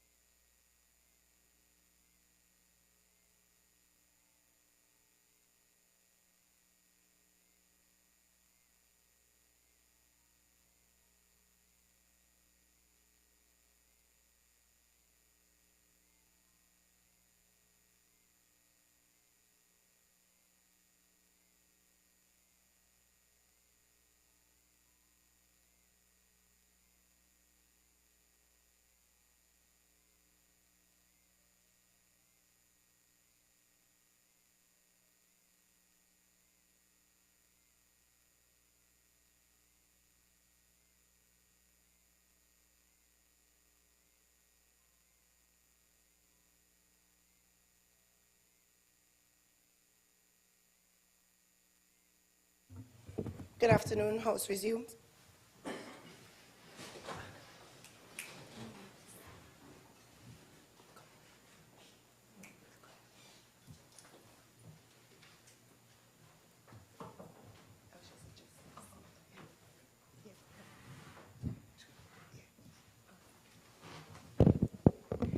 Good afternoon again. Honourable members, before we proceed, permit me to place on the record that the National Assembly has received the fiat for the following bills: 1. Plant Protection Bill 2023, Animal Health Protection Bill 2023, Community Beautification and Safety Bill 2024, and Radiation Safety and Security Bill 2024. These fiats are required in pursuance to Section 43 of the St. Christopher and Nevis Constitution Order 1983, which states that except on the recommendation of the Governor-General signified by a minister, the National Assembly shall not proceed upon any bill which, in the opinion of the Speaker, inter alia, would dispose of or charge any public revenue or funds of this territory. The fiats were sent to the Minister of Finance and thereafter sent to the office of the Speaker. Next item in the order paper. Personal explanations. Motions relating to the business of the National Assembly and moved by a minister. Introduction of bills and first reading. I recognize the Honourable Member for St. Christopher 3. Madam Speaker, with your leave, I rise, and in the absence of the Honourable Prime Minister, I rise to seek your leave to have introduced and read for the first time in this Honourable House the bill entitled Companies Amendment Bill 2024, and also to inform the House that there is a newly circulated, updated copy of this bill. Seconder. Madam Speaker, I rise to second that motion. Sorry, I recognize the Honourable Member for St. Christopher 4. Yes. Okay, he's seconding the motion. The question is that the bill entitled Companies Amendment Bill 2024 be read a first time. Those in favour? Aye. Those in favour? Aye. Those against? The ayes have it. A bill to amend the Companies Act, Cap 21.03, otherwise known as the Companies Amendment Bill 2024. The bill entitled Companies Amendment Bill 2024 has been read a first time. Next bill. I recognize the Attorney-General. May it please you, Madam Speaker, I rise with your leave to have read for the first time in this National Assembly a bill shortly titled Virtual Asset Amendment Bill 2024. Seconder. Madam Speaker, I rise to second that motion. The question is that the bill entitled Virtual Asset Amendment Bill 2024 be read a first time. Those in favour? Aye. Those against? The ayes have it. A bill to amend the Virtual Asset Act, number 1 of 2020, otherwise known as the Virtual Asset Amendment Bill 2024. The bill entitled Virtual Asset Amendment Bill 2024 has been read a first time. Next bill. I recognize the Honourable Member for St. Christopher 1. Madam Deputy Speaker, I seek your leave and to have read for the first time Non-Government Organizations Amendment Bill 2024. Seconder. I recognize the Honourable Senator Joel Clark. I rise to second that motion. The question is that the bill entitled Non-Government Organizations Amendment Bill 2024 be read a first time. Those in favour? Aye. Those against? The ayes have it. A bill to amend the Non-Government Organizations Act, Cap 20.59, otherwise known as the Non-Government Organizations Amendment Bill 2024. The bill entitled Non-Government Organization Amendment Bill 2024 has been read a first time. I recognize the Honourable Member for St. Christopher 3. Madam Speaker, with your leave, I rise to introduce and have read for the first time in this Honourable House the bill shortly titled Radiation Safety and Security Bill 2024. Seconder. I recognize the Honourable Member for St. Christopher 2. Madam Speaker, I rise to second the motion. The question is that the bill entitled Radiation Safety and Security Bill 2024 be read a first time. Those in favour? Aye. Those against? The ayes have it. A bill to provide for the safe, secure, and peaceful use of radiation technology, including nuclear technology, to give effect to the Convention on the Physical Protection of Nuclear Material and Safeguards Agreement between the Government of St. Christopher and Nevis and the International Atomic Energy Agency for the licensing of activities related to the control and use of nuclear technology and for the monitoring and control of radioactive sources and for matters connected therewith or incidental thereto, otherwise known as the Radiation Safety and Security Bill 2024. The bill entitled Radiation Safety and Security Bill 2024 has been read a first time. I recognize the Honourable Attorney-General. May it please you, Madam Speaker, I beg your leave to have read for the first time in this Honourable House a bill shortly titled Proceeds of Crime and Asset Recovery Amendment Bill 2024. Seconder, I recognize the Honourable Iseline Philip. Madam Speaker, I second that motion. The question is that the bill entitled Proceeds of Crime and Asset Recovery Amendment Bill 2024 be read a first time. Those in favour? Aye. Those against? The ayes have it.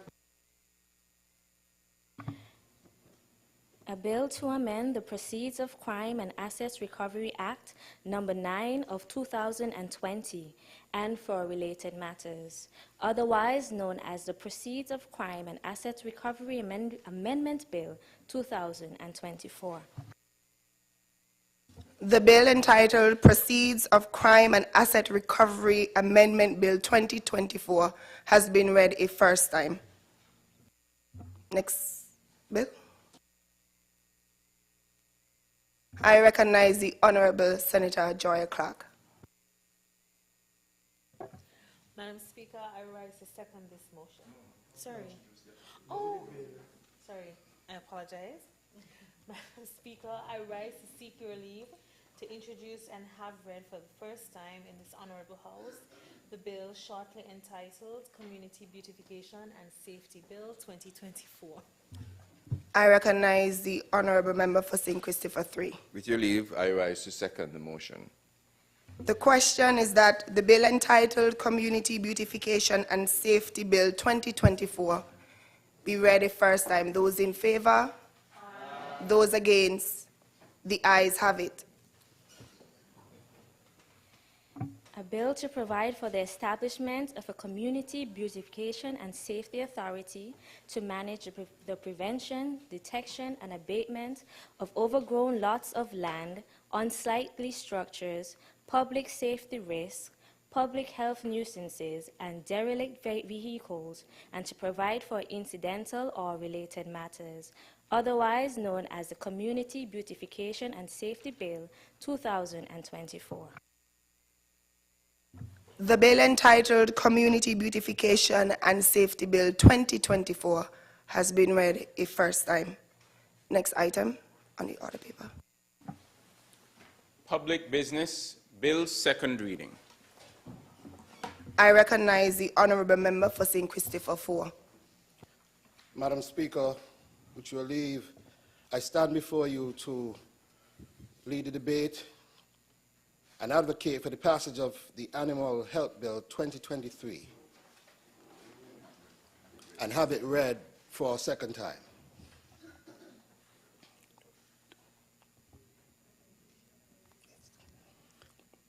This bill,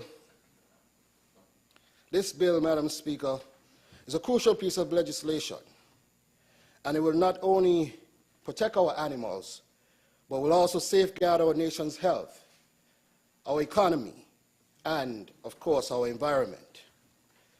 Madam Speaker, as the Minister of Agriculture, I understand the significance and the importance of the sector to our economy, the importance of this sector to our society, and, of course, its valuable importance to the environment of St. Kitts and Nevis.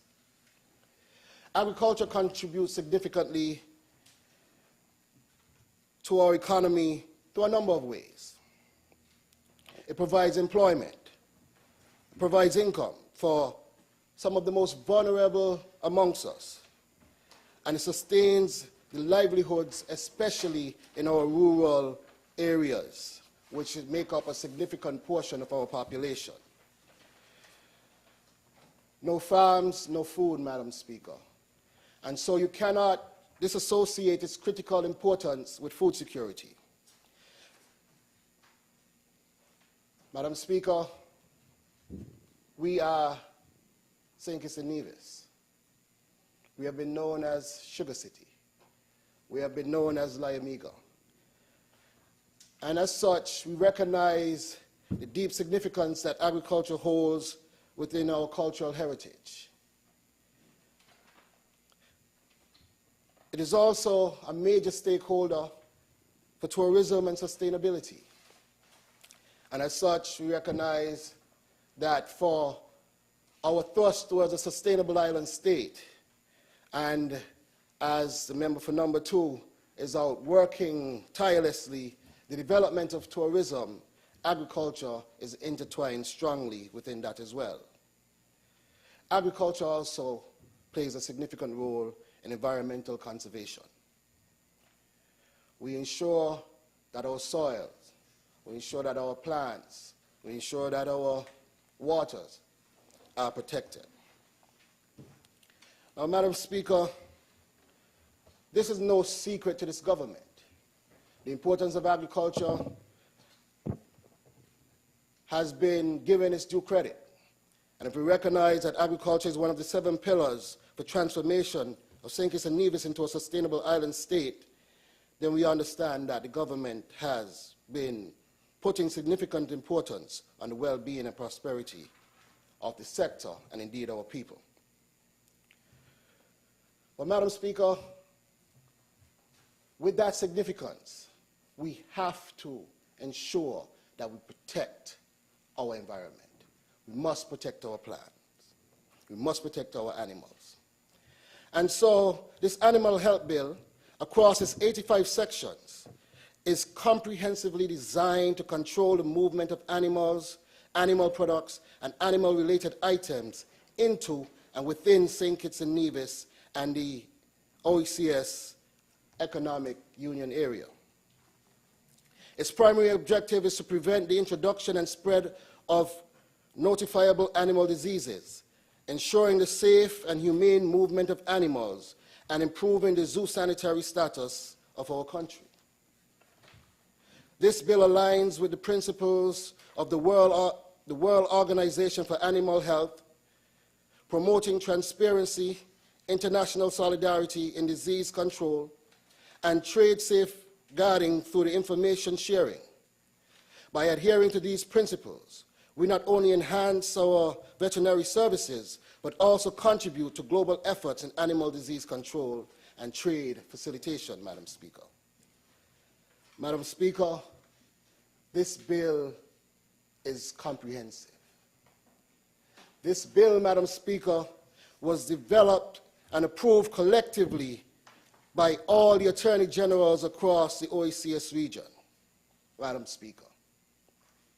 This bill, Madam Speaker, was developed through extensive consultations with stakeholders, including the Ministries of Agriculture, Ministries of Environment, Customs and Excise Departments, Ministries of Finance, universities, farmers, and other food and farm-related enterprises, Madam Speaker.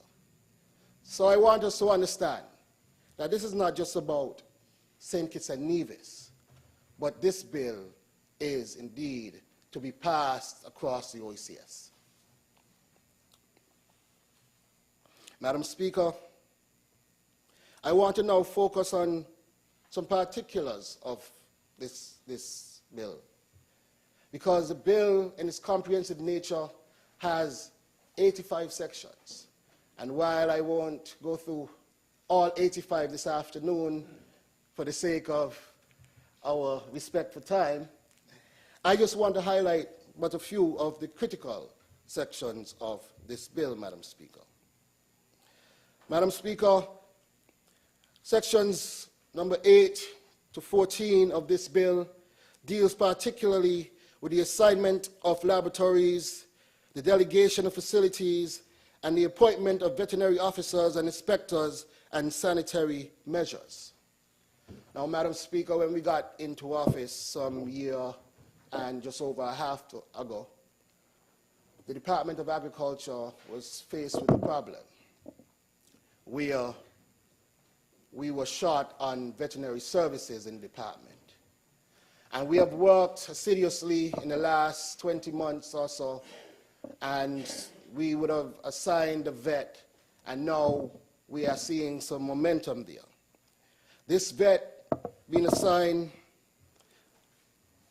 is a fundamental part of the establishment of the veterinary authority, and he heads and ensures the effective administration and will indeed foresee the implementation of this bill. This veterinary authority that we established, Madam Speaker,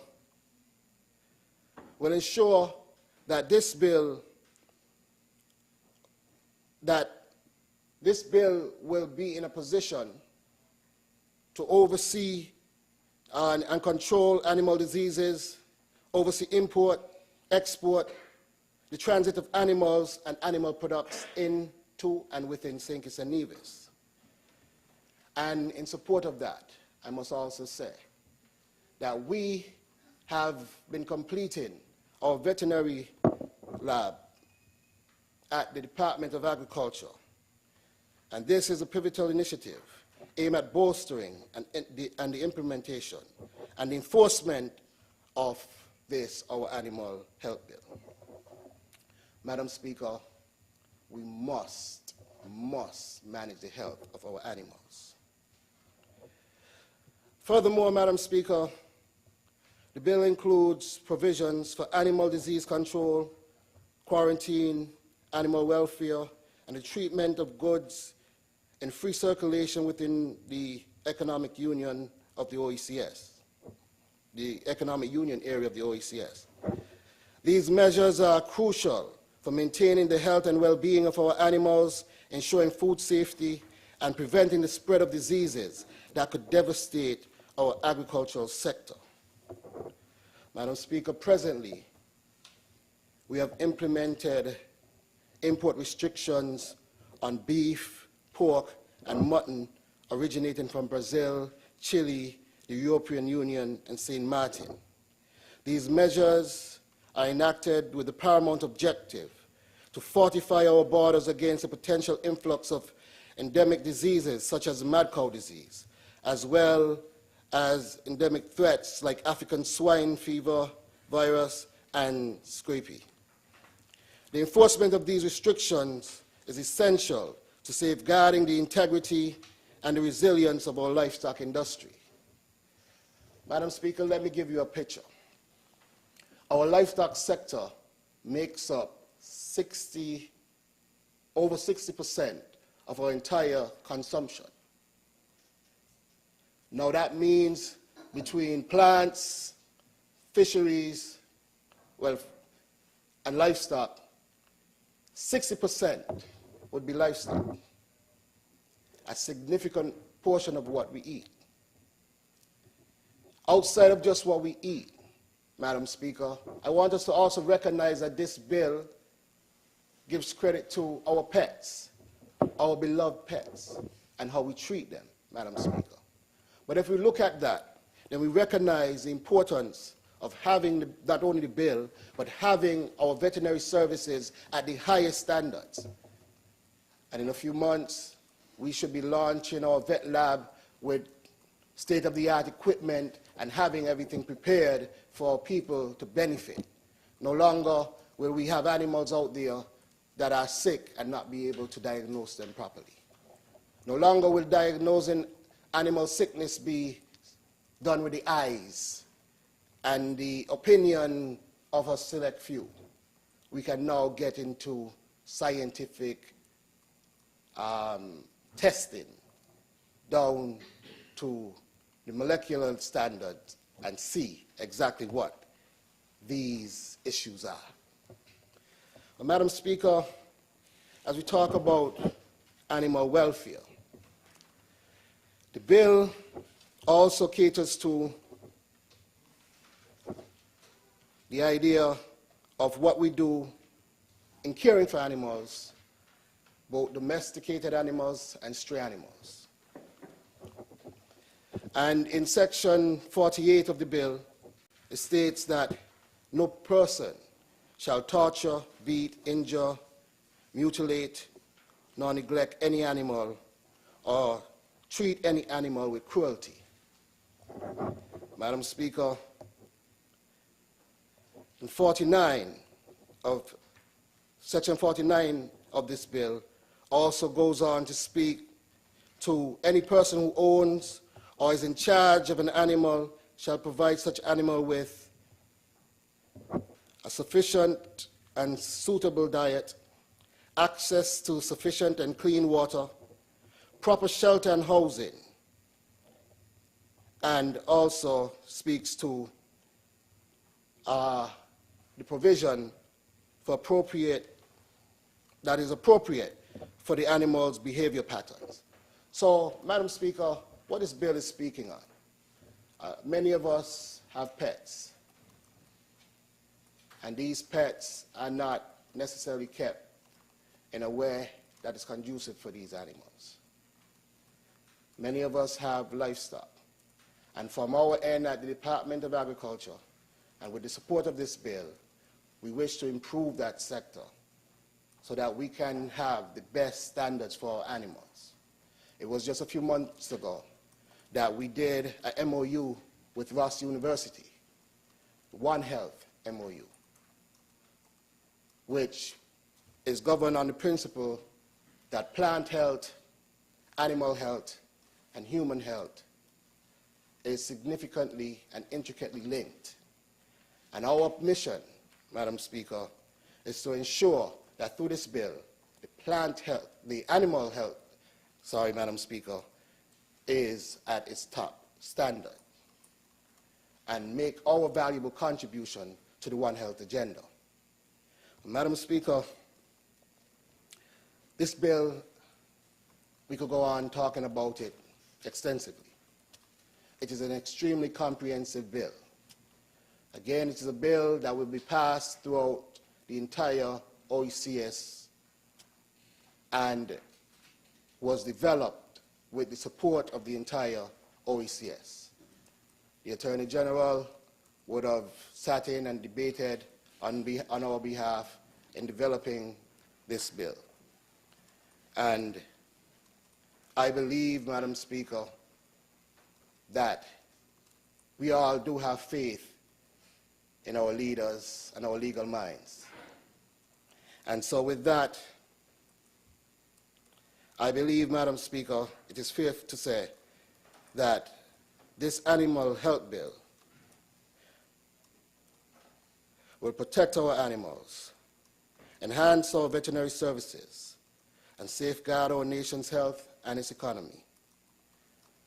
And without any further ado, I wish to urge all members of this Honourable House to support the passage of this bill and understand that it is vital for not only our prosperity, but our thrust to making St. Kitts and Nevis the first sustainable island state and ensure that our nation stands in accordance with the One Health agenda and that we, as a nation, can be proud to say we have healthy animals, we are consuming healthy food, and that we are doing everything in our powers to make sure that that is kept to its prime and number one position.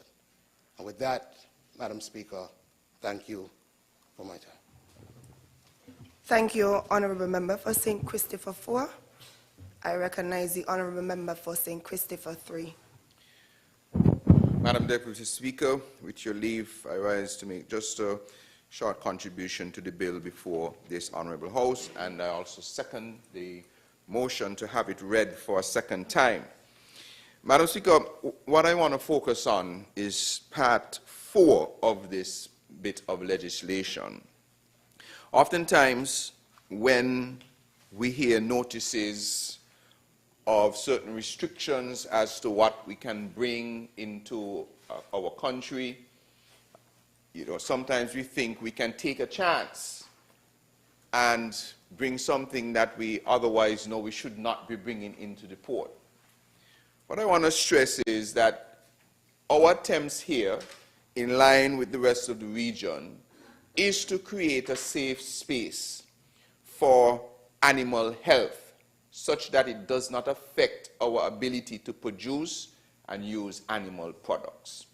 And so Section 4 deals with the import, export, and transit mechanisms for the implementation of this bill.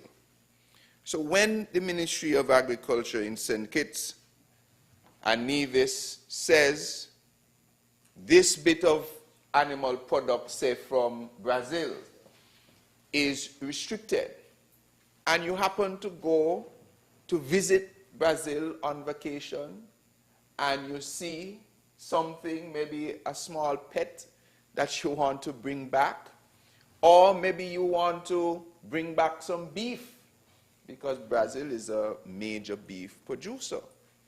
We are asking you, as loving, caring citizens of St. Kitts and Nevis, to always check with the agricultural authorities. In this case, I think it's the veterinary, what is it called here? What's the council going to call? Plant quarantine.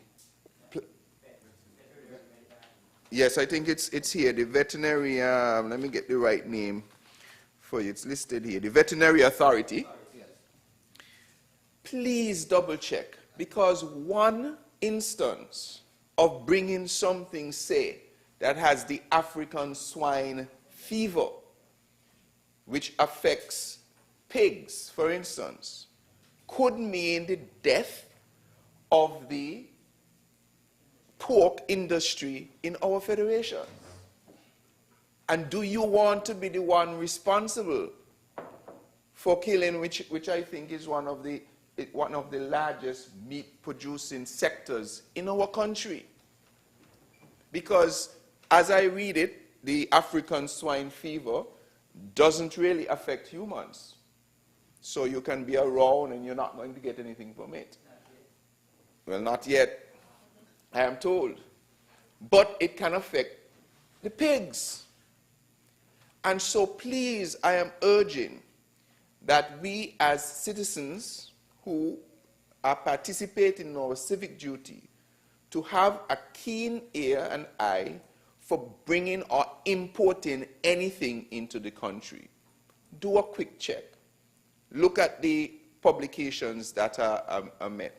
The legislation that has been available, you can look it up as well to ensure that you are in compliance. We do not want a simple slip to cause a severe situation with us here in St. Kitts and Nevis. So I wanted to point out those. I also wanted to point out that this is an extensive piece of legislation. It goes into a lot of things, and it has been developed across the region. But we gave the general public enough time to consume this after its first reading. The first reading was done in September of last year, providing that's 3 plus 4, that's about 7 months for us to consume the bit of legislation and perhaps bring any recommendations. But some of the things in Part 4 that are going to be critical in protecting our livestock sector here in St. Kitts and Nevis are things like the import permit and applying to get an import permit if you so desire to bring in any particular type of animals or animal products or animal-related items. It gives the power for restriction on importation. Where there have been risks that have been identified, the authority has the ability to give advice to the minister to have restriction on certain importations. Arrival notification, customs has a role to play.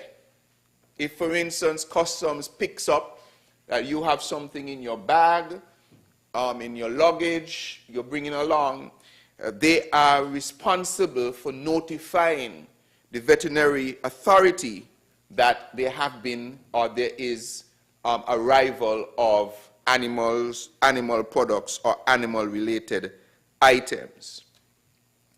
Of course, there must be inspection of those. So, if customs, once customs has made that particular notification, then the relevant authorities must come to inspect. I remember, I think I heard on the radio some of your colleagues from the department explaining how to get the permit beforehand so that due diligence can be done. Because yes, maybe you might be somewhere, you find an exotic animal, and you want to indeed bring it to St. Kitts and Nevis. We have set up, as a government, through the Ministry of Agriculture, the ability for you to request that type of permission so that due diligence can be sought. Is this a country that we have to pay attention to certain diseases, etc.? And you get those permits beforehand. So with that, and the same is true for exports.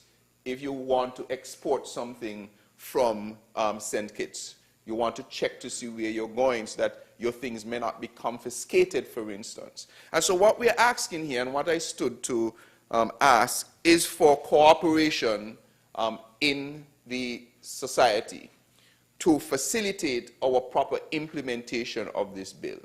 It requires an input from all of us to be vigilant to ensure that we will not be responsible for contributing to anything that can destroy our livestock sector here in St. Kitts and Nevis. So with those few words, Madam Deputy Speaker, may it please you. Thank you, Honourable Member for St. Christopher 3. Any other presentations? I recognize the Honourable Member for Nevis 10.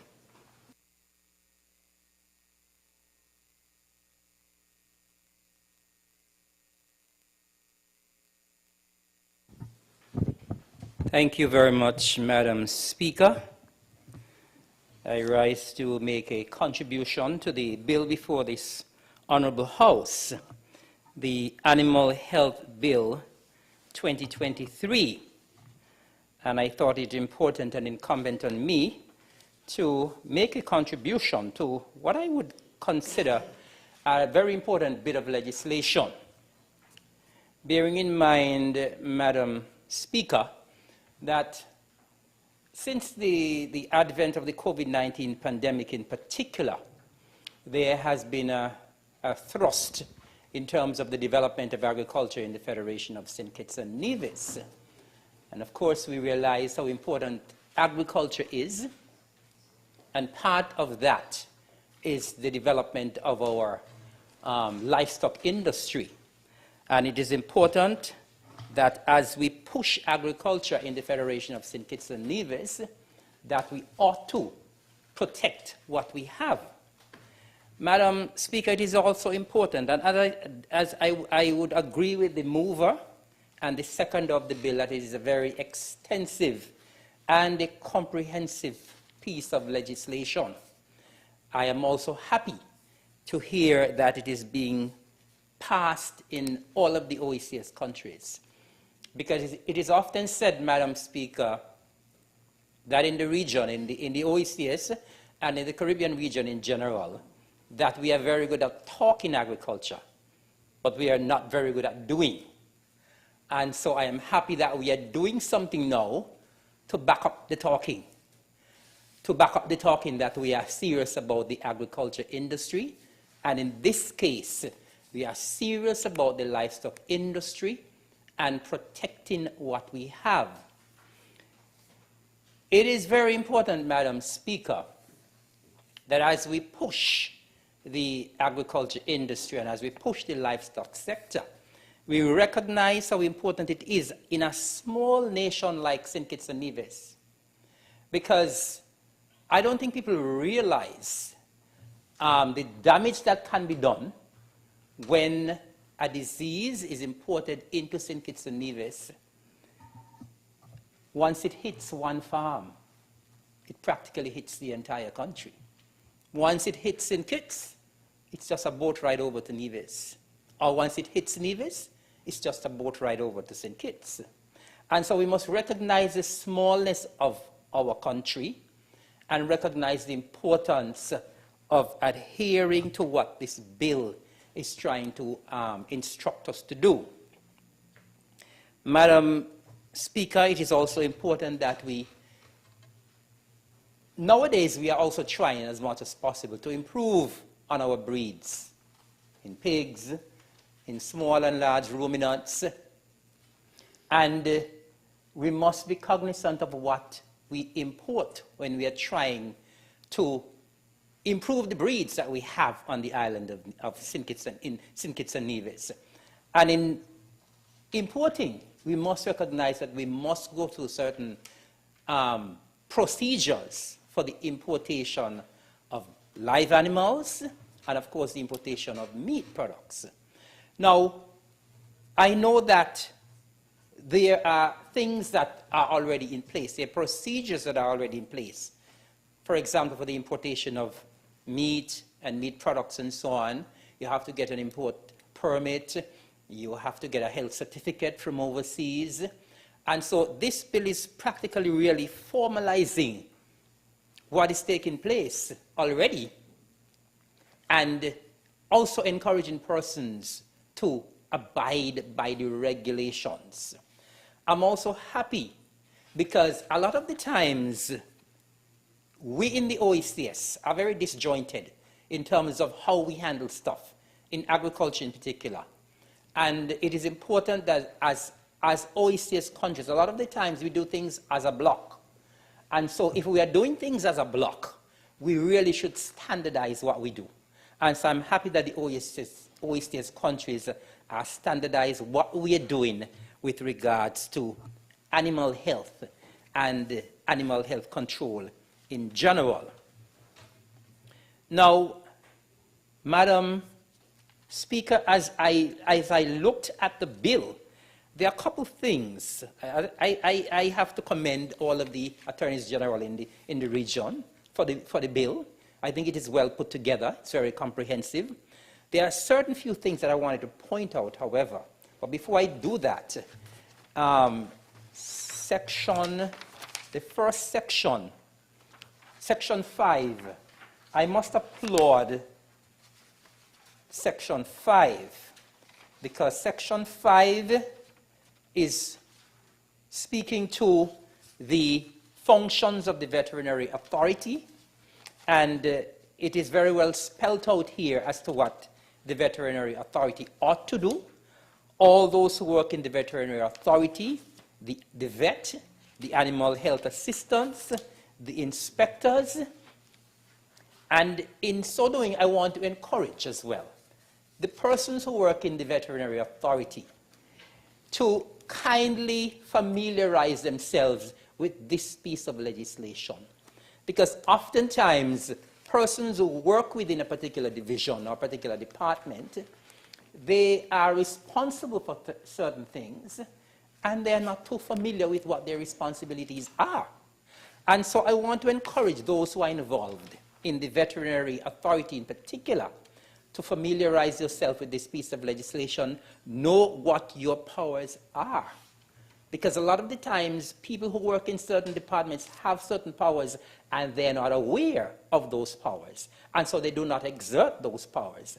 And so I'm encouraging all in St. Kitts and Nevis, those who work in the veterinary division, to familiarize yourself with this piece of legislation.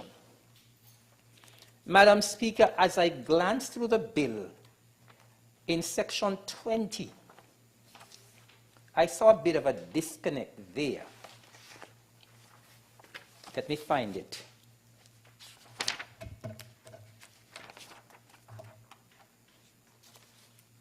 Section 20 speaks to the animal disease surveillance system.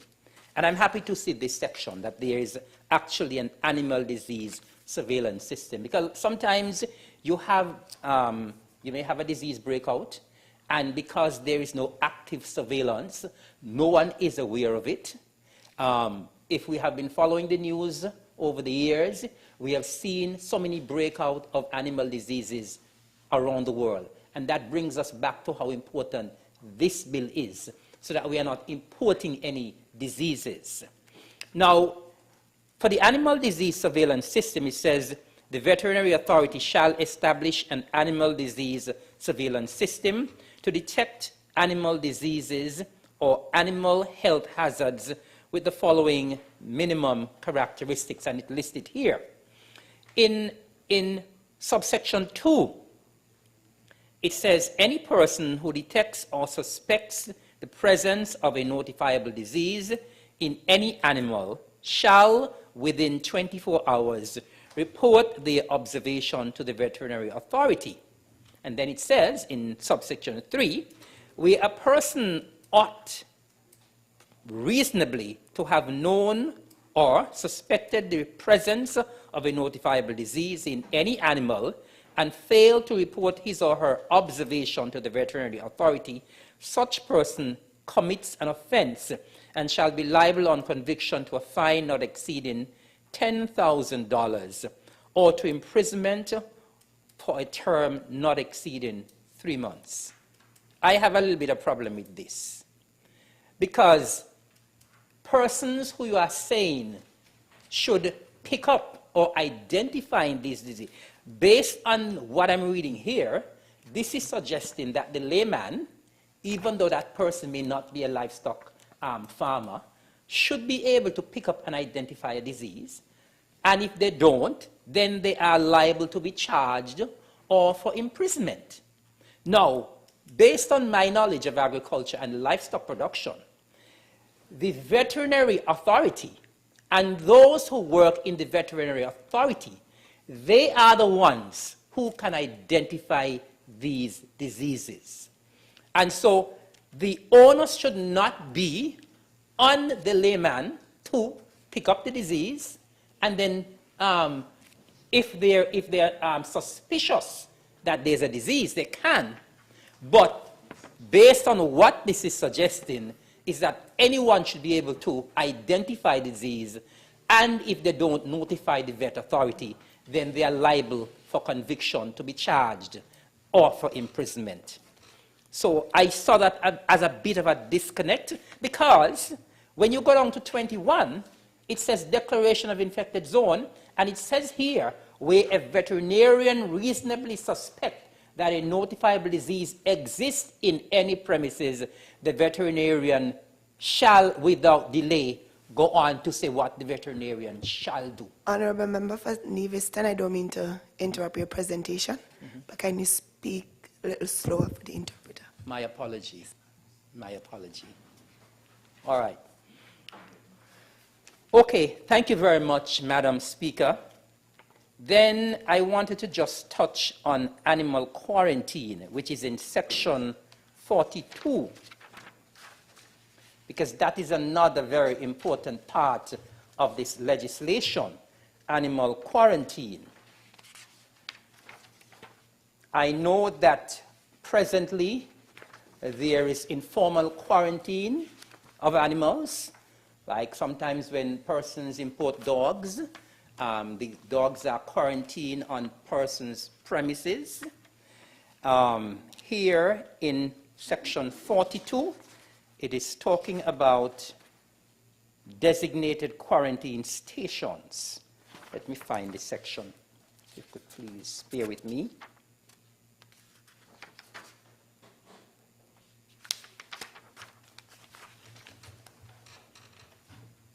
Yes, I have it. 42. Quarantine stations. It says, subject to subsection 2, the ministry may, on the recommendation of the chief veterinary officer, designate such number of quarantine stations as the minister considers necessary. Now, I am hoping that after passage of this piece of legislation, there will actually be designated quarantine stations. As I said, what exists now, I know that persons sometimes are allowed to import, and the quarantine is done at home. I personally do not trust the home quarantine of animals of any kind. And I am strongly agreeing with this section that quarantine stations should in fact and should indeed be established. Only when you have designated quarantine station, I believe that animals could be properly policed and properly quarantined. When they are quarantined at home or on persons' private property, we have absolutely no knowledge of what happens after the vet or the veterinary person, the person who is doing the inspection, leaves that property. So I'm hoping that the veterinary stations can indeed be established, or the quarantine stations can indeed be established. Madam Speaker, if I can go to section 49, where it speaks to the welfare of animals, and the mover of the bill did speak to section 49 as well. And in section 49 it says, any person who owns or is in charge of an animal shall provide such animal with, it says, sufficient, suitable diet, access to sufficient and clean water, proper shelter and housing, and it goes on. I was just wondering, how are we going to police something like this? Of course, it sounds good in the bill, but how are we going to police this? Bearing in mind that most of the times our staff complement is very small, and most of the times we do not have the staff to police certain things. So this particular section, I believe, would be a little difficult to police. Madam Speaker, in section 50, it speaks to stray animals, which I believe is a big problem both in St. Kitts and Nevis. And in this section, it speaks to the veterinary authority shall, in collaboration with the ministry responsible for health, the environment, and agriculture, approve measures to control the populations of stray animals, including programs and strategies to control animals which may pose risk to public health and security. I am not sure whether or not the control of stray animals should be the responsibility of the Ministry of Health or the Ministry of Environment. I believe it should solely fall under the Ministry of Agriculture. That is just my humble opinion. And so when I saw this here, it jumped out at me as to why would the Ministry of Agriculture have to consult with health or consult with environment for the control of stray animals. Madam Speaker, another thing that jumped out at me is in section 64, where it speaks to the offenses of officials. And I am one, Madam Speaker, who always believe that when you have a bill, offenses should always form part of that bill. However, in section 64, I find the offense there and the punishment, I find it a little bit harsh, to be honest with you. It speaks to the offenses of officials, and when we're talking about officials, we're talking about officials in the veterinary authority. And it says in section 64, for the penalties, an inspector who is convicted of an offense under subsection 1 shall be dealt with in accordance with the provisions of the Public Service Act. I'm sorry, before it goes to that, it says, shall be liable on summary conviction to a fine not exceeding $50,000 or to imprisonment for a term not exceeding 2 years or both. Madam Speaker, when it comes to agriculture, sometimes officers do things inadvertently, not realizing that they may be doing something wrong. And so I personally find that the fine that is listed here in this piece of legislation under section 64 is a bit harsh. Madam Speaker, the last thing I wanted to point out on the bill, it's in Schedule 2, which speaks to the list of notifiable diseases. And there are some corrections that I think should be made here, Madam Speaker. It goes on to list the notifiable diseases, but when I scan through the list, it says here, as a notifiable disease, it says African bee. African bee is not a disease. The African bee is an alien invasive species. So the African bee is not a disease. So that should be omitted from this section. It also speaks to amblyomma variegatum, and other amblyoma species. Amblyoma variegatum is a species of tick that causes the dermatophilosis disease or the lumpy skin disease. And so amblyoma variegatum and other amblyoma species are actually ticks that cause diseases in animals. So they are not, in fact, diseases. You have listed, you do have the dermatophilosis listed, and then you also have the lumpy skin disease listed. Now, the lumpy skin disease is what we locally call, that is the local name for the dermatophilosis. And so you have it duplicated here. You have the dermatophilosis, and you have the lumpy skin disease. But in essence, the amblyoma variegatum and other amblyoma species should be omitted because they are not diseases. They are disease-causing agents.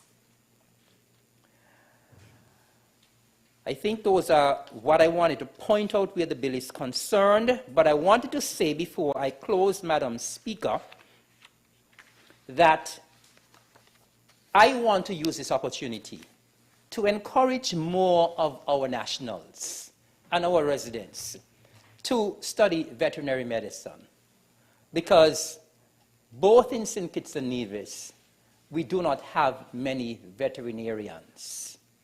And based on the fact that we are putting a lot of emphasis on animal production, large and small ruminants, pig production, poultry, and that sort of stuff, I think we need to have more technicians, more trained vets.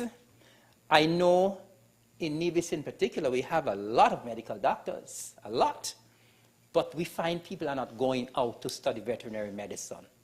And I'm encouraging persons. I think there is a void there in both St. Kitts and Nevis, and so I'm encouraging persons to go out there and study that area. And the last thing I wanted to say as well is that, and I always do this for any bill that I speak about most of the times, public relations is extremely, extremely important where this bill is concerned.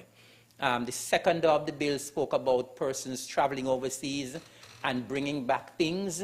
There are a lot of the times we are tempted when we travel to hide things in our baggage, to hide things in our suitcase, to hide things in our hand luggage, and we do not know how dangerous these products can actually be to the detriment of our livestock industry.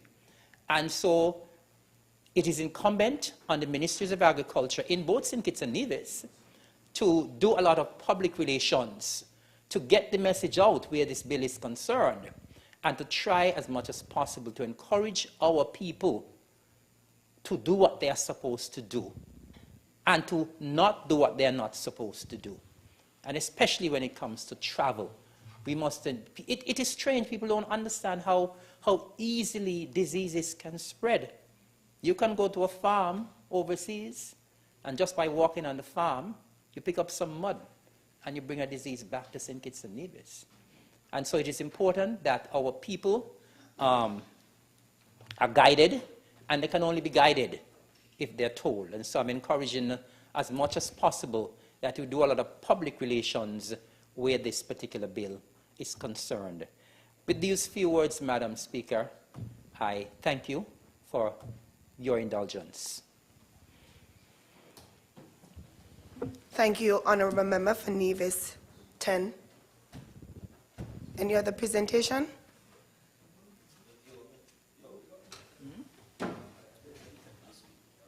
I recognize the Honourable Member for Nevis 11. Thank you, Madam Deputy Speaker. And let me first of all state that, and you can attest to this fact, that I received the order paper for this sitting today, just yesterday morning. So I had my reservations as to whether I should speak this afternoon, because this bill before this Honourable House is what, I believe it's about 60, almost 60 pages.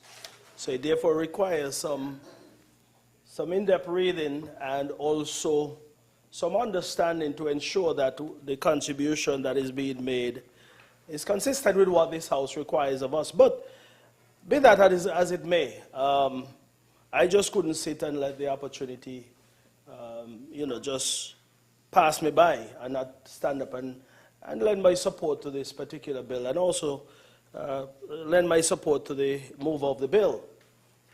Indeed, this bill is an important bill, as in most cases, when we speak of agriculture, we speak of food, animal, and that type of thing. It is not as controversial to many, or it doesn't resonate out there as it probably should, like some other discussions that we'll have here.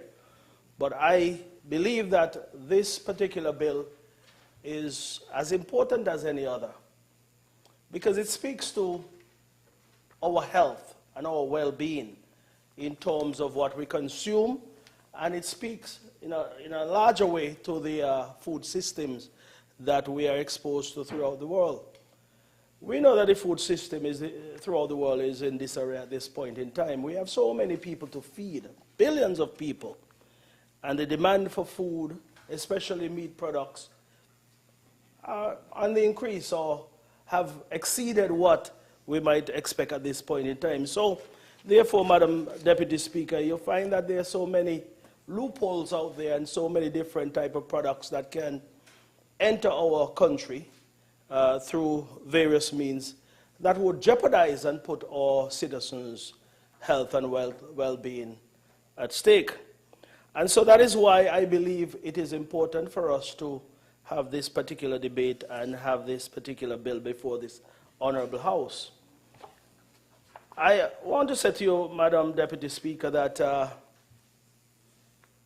the bill before us is not just for St. Kitts and Nevis and what we do here. Of course, it's a matter of protecting our borders and protecting what enter our borders, whether through customs or through the postal service, because the bill also speaks about items coming through postal service as well.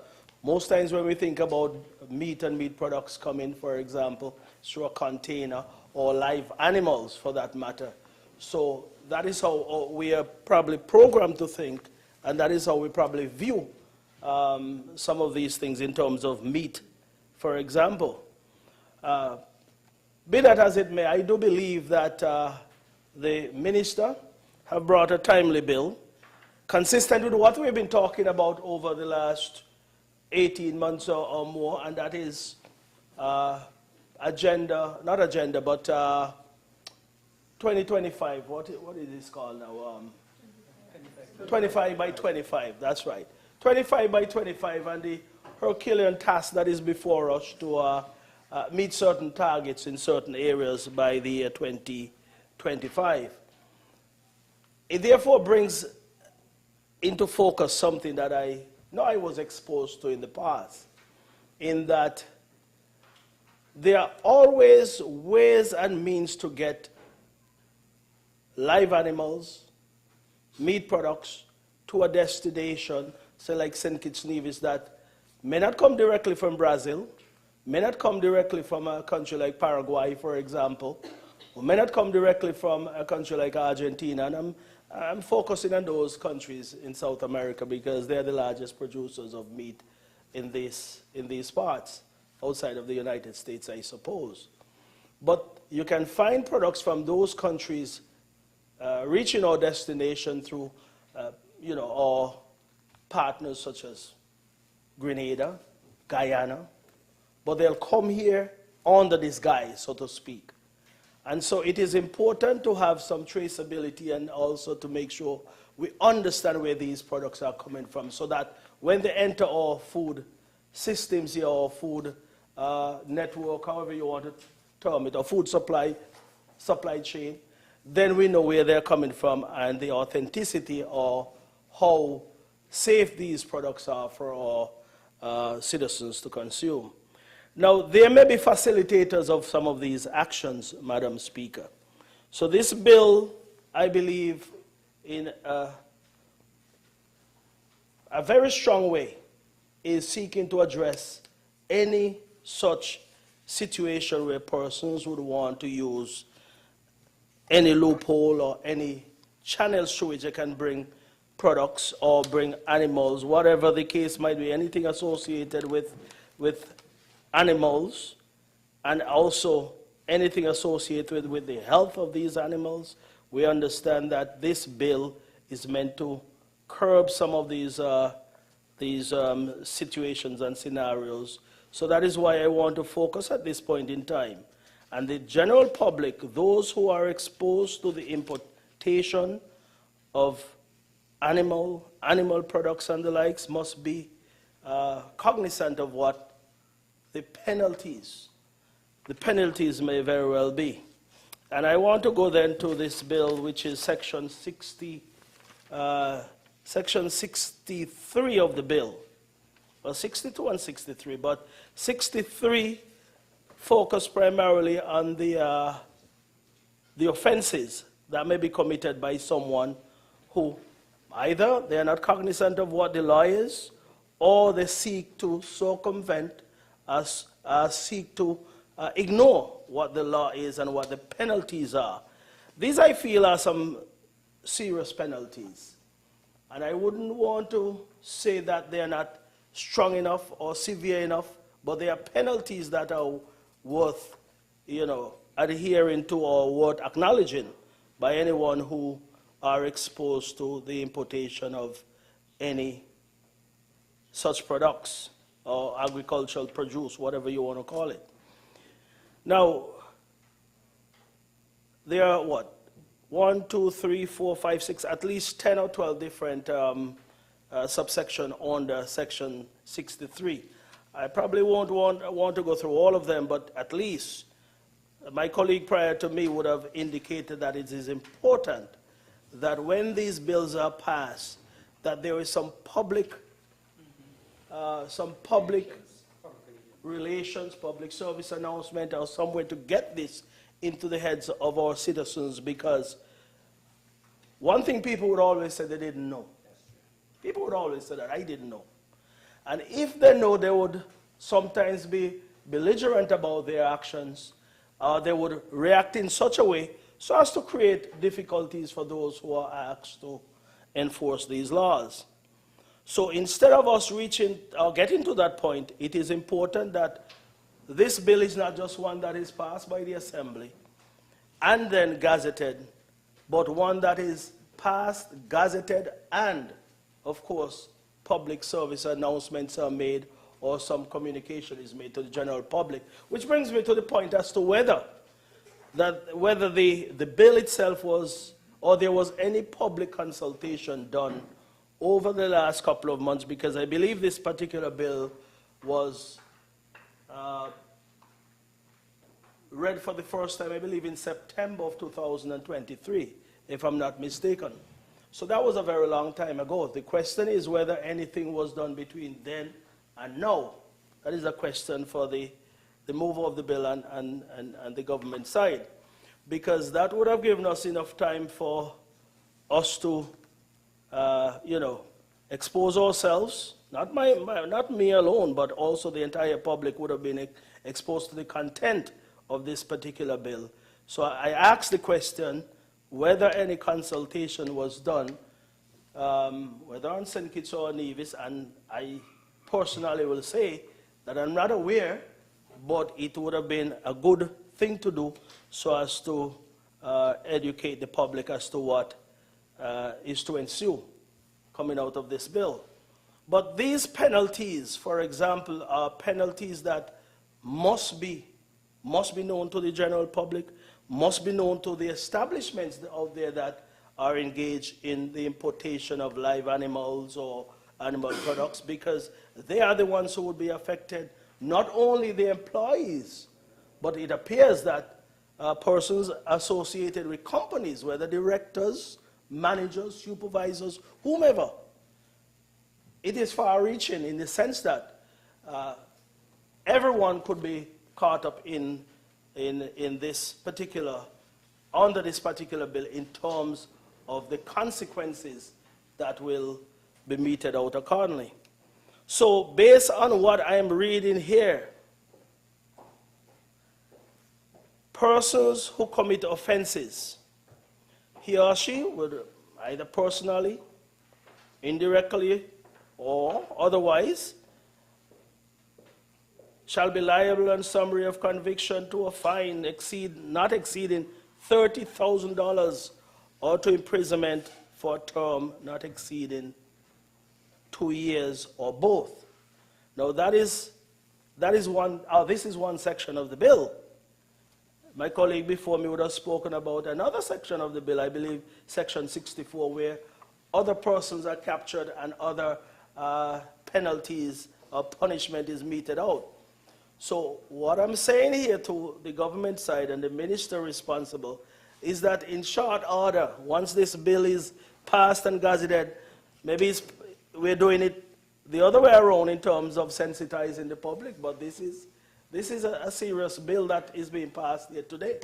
It's filled with a lot of technical information, of course, yes, and I believe that it is one that had to be brought at this point in time, but it is not too late, I believe, to bring this bill to the general public, or this bit of legislation to the general public, to actually let people know that there are serious consequences for them not following the law, adhering to the law, and implementing these laws as they're intended to be.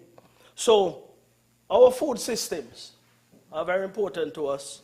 The food we consume, and I will say, Madam Deputy Speaker, that many of the diseases that we see or we encounter in this federation or in our country may very well be, the root of all this might be very well in what we eat, more or less, and some of these products that we are consuming could very well be the source of some of these difficulties and challenges or health challenges that we face from time to time. So that is why it is so important that we continue to do what is necessary here as a parliament to protect our citizens, even if it means bringing more and more legislation, but also not just bringing them, but enforcing them to the point where they are meaningful to the development of this country. Indeed, if I were to just go one step further and just make one last point, I believe I heard that this is the first such bit of legislation that is being enacted in the OECS or in CARICOM, perhaps. I did some research. I'm not so sure if I came across any similar legislation, but I believe this is all required of us. It is? Well, we're not sure. But I believe this is required of all OECS countries, perhaps CARICOM as well, because what they do affect us. What we do affect them. So indeed, this bit of legislation, if it is the first that is being brought in this sub-region, then I want to commend this Honourable House, commend the Minister and the Honourable House for such a move, because there must be leaders in everything, and if we are the leader in this regard, it therefore means we are sending a strong signal to our citizens that we are a parliament that is seeking to ensure that the health and well-being of our people is certainly addressed, not only through agriculture, other means as well, but at least there is a bill that is primarily concentrated on agriculture before us being discussed at this time. And I do want to commend the mover of the bill and the government side, and also us as a parliament, for coming here today to address this particular, or to have this particular bill passed. With those few words, Madam Deputy Speaker, as I said, the preparation on my part could have been more extensive if we were to follow the requirements of Parliament, so that these order papers are in our hands in due time and in due course, so that we can have a more comprehensive debate and presentation. 24 hours, some may say is a long time, but it's a short time when you have to go through 60+ pages to come up with a comprehensive presentation. Be that as it may, I am pleased that I'm willing to, sorry? Sorry? The order paper came to me yesterday morning, just about mid-morning. But that's okay. That's okay. The bill itself, we know we had our first reading in 2023. But of course, you would only know what you're debating once you have a look at the order paper. Okay? But it's not something that I'm carrying on. I'm not really making an issue out of that. But what I'm saying is that when we come, we want to have as much preparation so that we can have a more comprehensive presentation. But I still lend my support to this bill before this Honourable House, the Animal Health Bill 2023, and wish it safe passage, and that we would ensure that the general public is sensitized as to its content so that we can have proper execution. May it please you, Madam Deputy Speaker. Thank you, Honourable Member for Nevis 11. Before we continue, I just want to check on the interpreter. You okay? Okay, we proceed.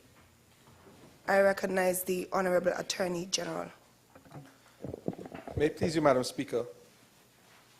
I will not address you for very long. I just wanted to address 3 of the concerns raised by the member for number 10, for Nevis 10, in relation to the bill.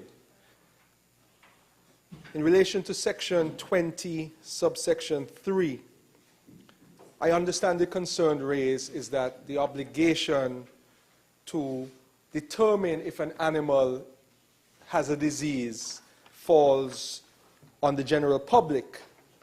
However, the section says it is where a person ought to reasonably to have known that the animal suffered from a disease, meaning it doesn't apply to persons who are not familiar with animal diseases. So typically that will involve farmers or persons within the Ministry of Agriculture, who are capable or have the knowledge, the requisite knowledge to be able to determine if an animal has a disease. So it isn't a case where if the member for number 3, who is not familiar with a particular disease that a dog can have, will need to report in that 24 hours and potentially could be subject to sanction. It would only be if the member for number 3 had some sort of either work history in that area or education in that area so that they could identify particular diseases. So I don't want the general public to be fearful that they have an obligation to identify diseases when they don't have that skill set. In relation to section 64(2), which deals with the criminal sanctions for officials, I also want the general public to know that criminal sanction for a provision like this, you need the necessary mens rea, meaning you needed to know you were committing the offense. So it isn't a case where you are just an officer who made a mistake.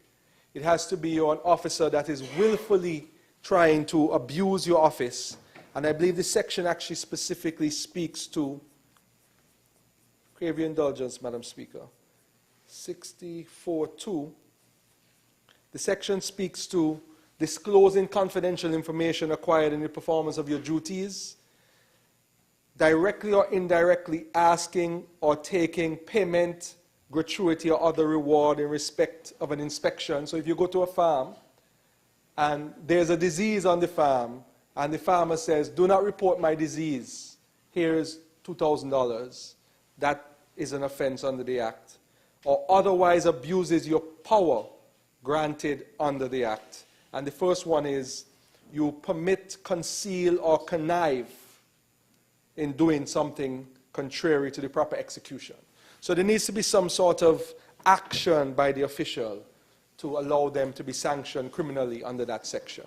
So I don't think the basic negligence of an official, we're all human beings, we make mistakes. I don't think the section is meant to deal with those persons. It's the ones who are willfully trying to abuse their powers. And the last one, in respect of the notifiable diseases, I'm not familiar with animal diseases, Madam Speaker, but when we draft, we typically draft in the widest possible words and frameworks. So when we say African bee in a list of diseases, we mean a disease that is identifiable with the African bee, so that there isn't some sort of other disease that arises from the African bee that's not listed. And whereas if you put the general term, it covers all of the other subsets of diseases. But I'm comforted in section 19(1) of the bill, which actually says that the veterinary authority is responsible for reviewing and updating the list. So if there ever is any issue with the list, anybody can refer it to the veterinary authority and they can then address that. Or they can add diseases, because diseases, as we know, like COVID-19, can come out of the blue.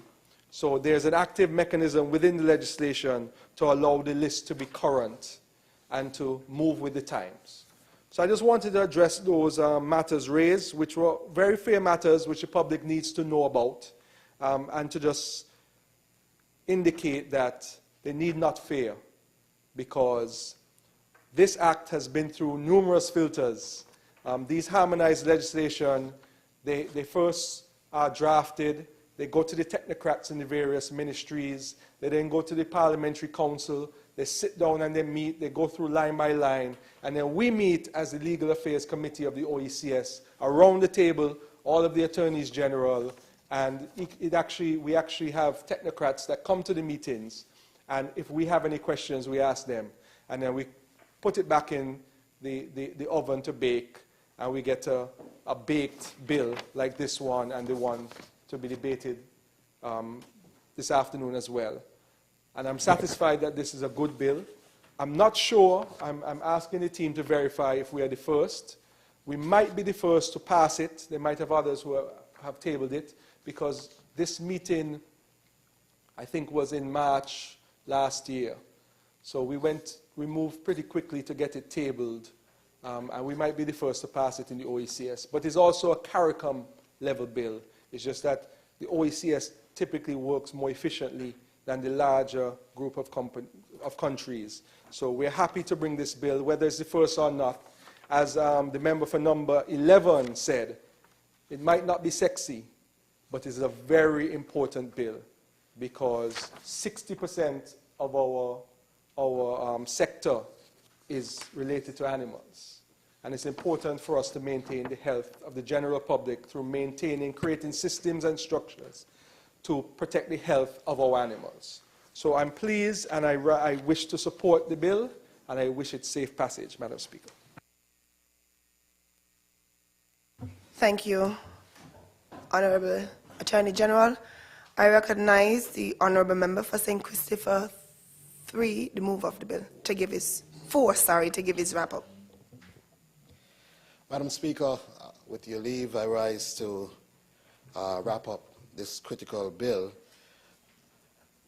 the Animal Health Bill 2023. Madam Speaker, I wish to thank the honourable members for their contributions to this debate and the support given to this bill. These contributions and concerns raised, Madam Speaker, are indeed well taken, some of which were already addressed by our honourable, esteemed Attorney-General. I do, however, take into concern and take into mind the concerns of the member for Nevis 11 on the idea of utilizing the media for public awareness. I must say, Madam Speaker, that sections of this bill has been out in terms of promoting it to the general public and its significance. And we do take care that on passage of this bill, we will ensure that the general public is fully aware of all of its components and the significance to their lives and livelihood. And so with that, Madam Speaker, I believe it is fair to say that with the contributions made and the support given to this bill, that this bill is a crucial step to protecting our animals and enhancing our agricultural sustainability and the livelihoods of our people. And we at the Ministry of Agriculture will continue to engage with all stakeholders to address any concerns and to ensure that the bill's implementation is fair, effective, and beneficial to all. And so, Madam Speaker, with that, I wish this bill safe passage. Thank you. Thank you, Honourable Member for St. Christopher 4. The question is that the bill entitled Animal Health Bill 2023 be read a second time. Those in favour? Aye. Those against? The ayes have it.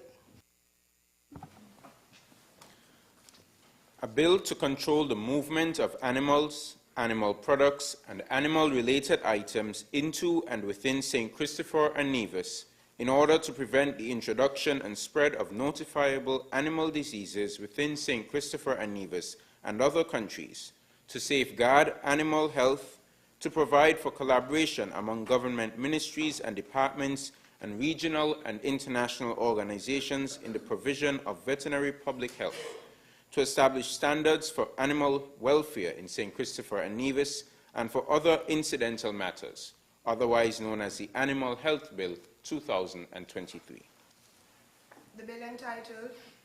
The bill entitled Animal Health Bill 2023 has been read a second time. House moves into committee stage.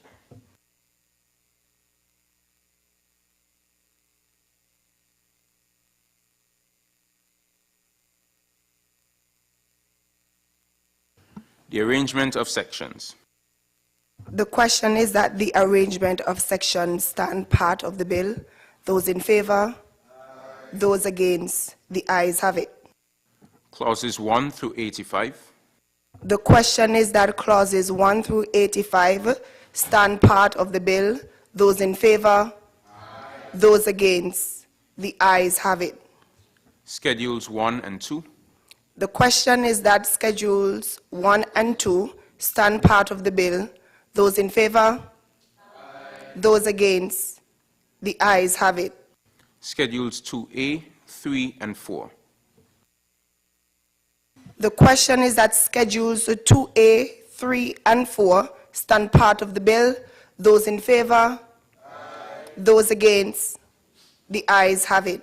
The enacting clause. The question is that the enacting clause stand part of the bill.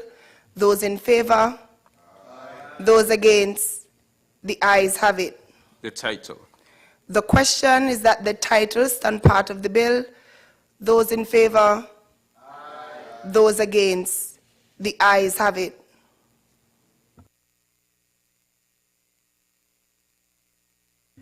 House resumes.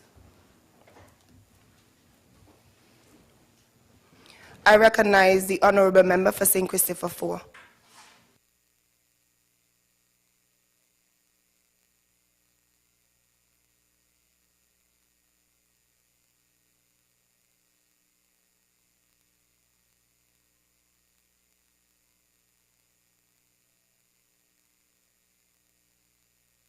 Seconder, I recognize the Honourable Member for St. Christopher 3. The question is that the bill entitled Animal Health Bill 2023 be read a third time and passed. Those in favor? Aye. Those against? The ayes have it.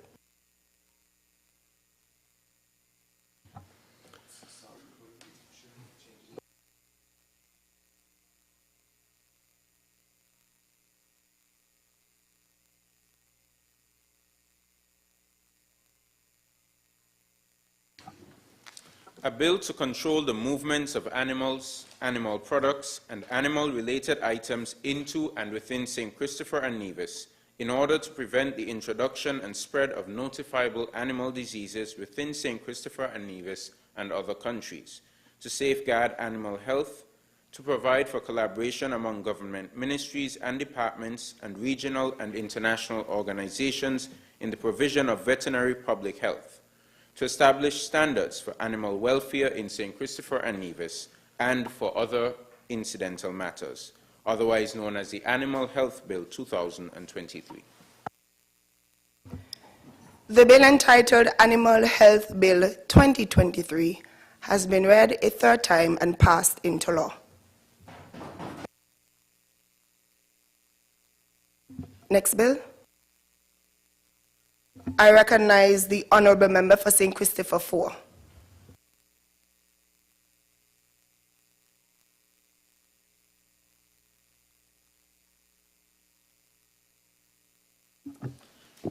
Yes, I rise again, Madam Speaker, to address this House and lead the debate on the crucial matter of the Plant Protection Bill 2023.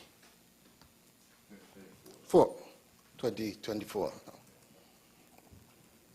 So the legislation designed to protect our agricultural sector from the introduction, spread, and the establishment of plant pests and diseases. This bill is not just about safeguarding our plant resources, Madam Speaker. It's also about ensuring safety of our environment and promoting safe trade practices in plants and plant products. The Plant Protection Bill, Madam Speaker, is in compliance with the International Plant Protection Convention, demonstrating our commitment to international standards and cooperation in plant protection. This bill, Madam Speaker, emphasizes the importance of risk assessment based on scientific evidence, transparency, and collaboration with national plant protection organizations and regional plant protection organizations. The bill also gives effect to recent recommendations proposed by the CARICOM Secretariat and the OECS Secretariat concerning implementing measures to provide for an increased sanitary and phytosanitary measures specifically to address plant protection. Madam Speaker, this is another bill that was prepared by the OECS and with the support of the Attorney-Generals.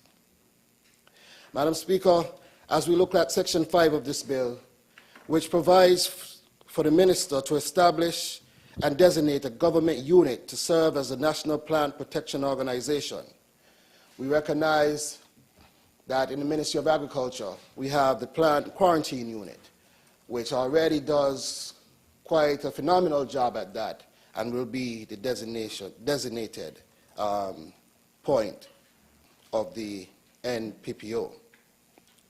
The functions and the delegation of the NPPO, which are set out in Section 6 and 7, are in accordance with the new revised text of the IPPC.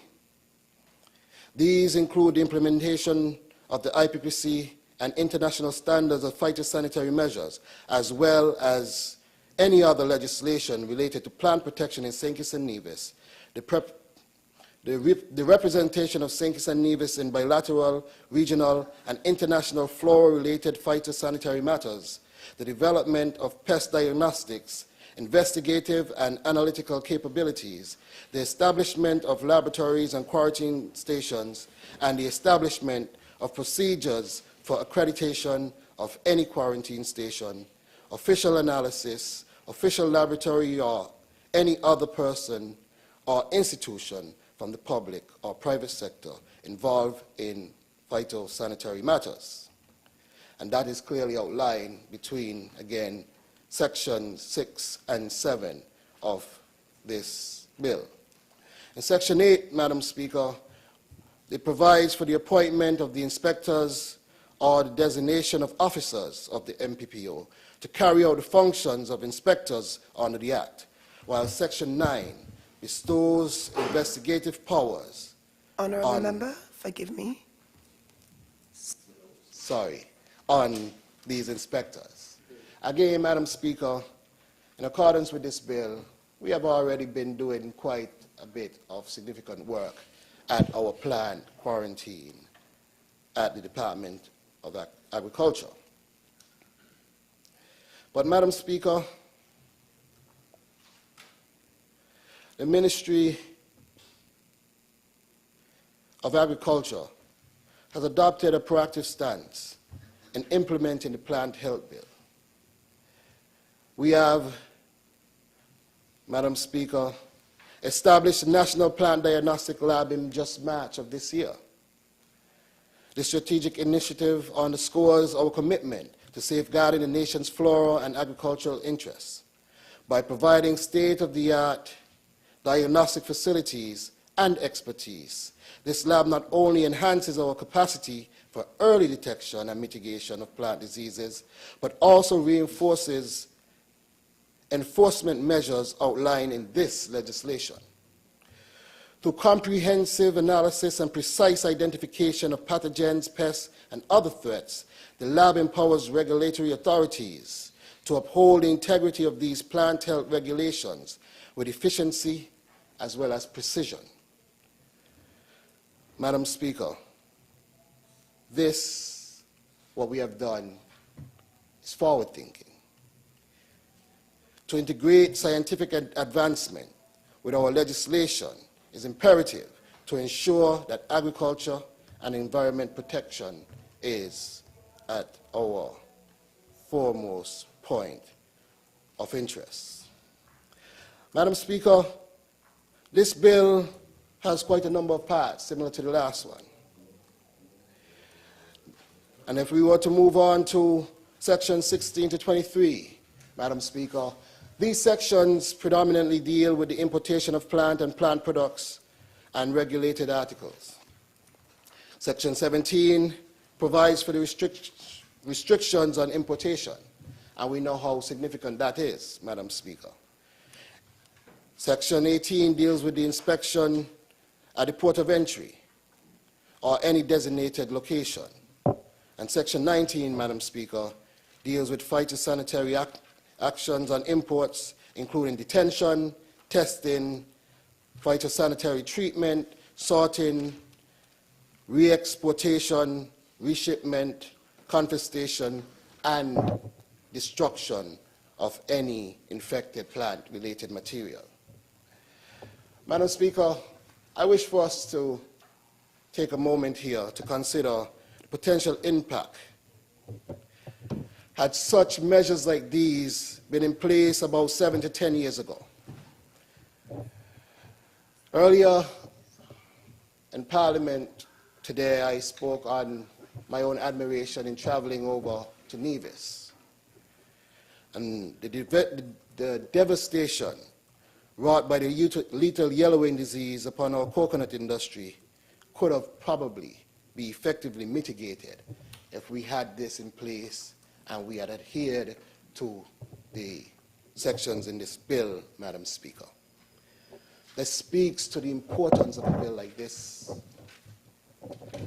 Thousands and thousands and thousands of coconut trees lost just by the introduction of a disease. An entire industry wiped out through the introduction of a disease. Madam Speaker, I remember back in the day I was sent to my cousin in Nevis for coconut oil. And it was never unavailable. Now, Madam Speaker, yes, while we indeed do still have coconuts, it is scarce in its supply. And this, again, we speak to as far as the importance of passing a bill like this. But, Madam Speaker, as we move on, if we look at sections 40 to 45, as they deal with the treatment of goods in free circulation in the Economic Union area, this section, Madam Speaker, I think is also critical because we speak on one hand of the efficiency of the OECS region. However, Madam Speaker, that efficiency can also lead to a bit of trouble. Because you see, we trade so much with each other, and if we don't have the measures in place, the regulations in place, that trade could become disastrous for not one but all of our islands. And again, I give credit to the leaders in this effort for bringing the OECS together in particular and ensuring that this bill was put forward with the utmost urgency and importance. Madam Speaker, any bill must have an important section for enforcement. You see, Madam Speaker, anything without any measure of effectively enforcing it is weak and would not stand or assist our countries. And section 47 and 48 in particular provide some measures as far as enforcing this bill. And they provide for the seizure, storage, or removal of any plant product or regulated article and for the confiscation and disposal of such products. And Madam Speaker, Section 50 goes on to talk about criminal penalties for individuals acting in contravention to the Act. Now, that is important, because at the end of the day, Madam Speaker, we like to take chances. Our people like to take chances. And sometimes we don't understand the severity. Going back to the lethal yellowing, maybe it was an oversight. Maybe it was someone taking a chance. But either which way, we should have had the legislative framework to properly investigate and properly deal with that matter. And we should have had our protective mechanisms at our borders to prevent that. And this is what this bill aims to do, Madam Speaker. Be another barrier, another line in the act of prevention, so that our people won't have to suffer the fate that we did over the last decade. Madam Speaker, I wish to move on to Section 57 and 58. Because in those sections, Madam Speaker, there's also some provision for those persons who may have done or committed, Madam Speaker, or that would have gone against this act, Madam Speaker, but done so innocently. And there's a provision for that as well, Madam Speaker. So it's not just about being harsh in its punishment, but also providing a space for those who may be, I don't want to say innocent, but at least not fully aware of what they're doing. But Madam Speaker, these sections provide critical scope for plant quarantine officers, empowering them to address plants exhibiting symptoms of specific diseases. And presently, Madam Speaker, we confront a pressing issue with the emergence of citrus cancer, particularly impacting lemon and lime trees. And regrettably, Madam Speaker, our quarantine officers lack the jurisdiction to intervene and eliminate afflicted trees. And so this act would assist in giving them that jurisdiction. Consequently, Madam Speaker, without the passage of this bill, we remain vulnerable to the unchecked dissemination of this disease, potentially propagating from farm to farm and household to household. And thus, it is imperative that we act swiftly to mitigate this risk and safeguard our citrus trees. There was a time when citrus trees were abundant in St. Kitts and Nevis. These days, sadly, we have to resort to importing our citrus, plants that we could grow very well on island, and partly due to pest and disease outbreaks. So, Madam Speaker, this bill is undoubtedly a critical one, and one that we should all support. And with that, Madam Speaker, I urge all members of this Honourable House to support the Plant Protection Bill 2024, as it is crucial for the prosperity and resilience of our agriculture sector and to our nation as a whole. And in closing, I wish to reiterate the importance of the Plant Protection Bill 2024 to the future of our agriculture and our nation. This bill represents a critical step towards enhancing our plant protection measures, safeguarding our crops, and preserving our environment for future generations. As we have heard throughout this whole presentation, Madam Speaker, pest and disease pose a significant challenge for our agricultural sector. But this bill is one step forward in preserving us and fortifying our efforts to be able to stand up against these challenges effectively. And with that, Madam Speaker, I want to say that I wish for all of us to support this bill and wish a safe passage. Thank you. Thank you, Honourable Member for St. Christopher 4. I recognize the Honourable Senator Joel Clark. Madam Deputy Speaker, I rise to second the bill and also to share very briefly my own support of the bill and provide a very short but I think timely reflection on one particular segment of the mover's presentation, and that was in relation to the lethal yellowing disease for the coconut industry in St. Kitts and Nevis.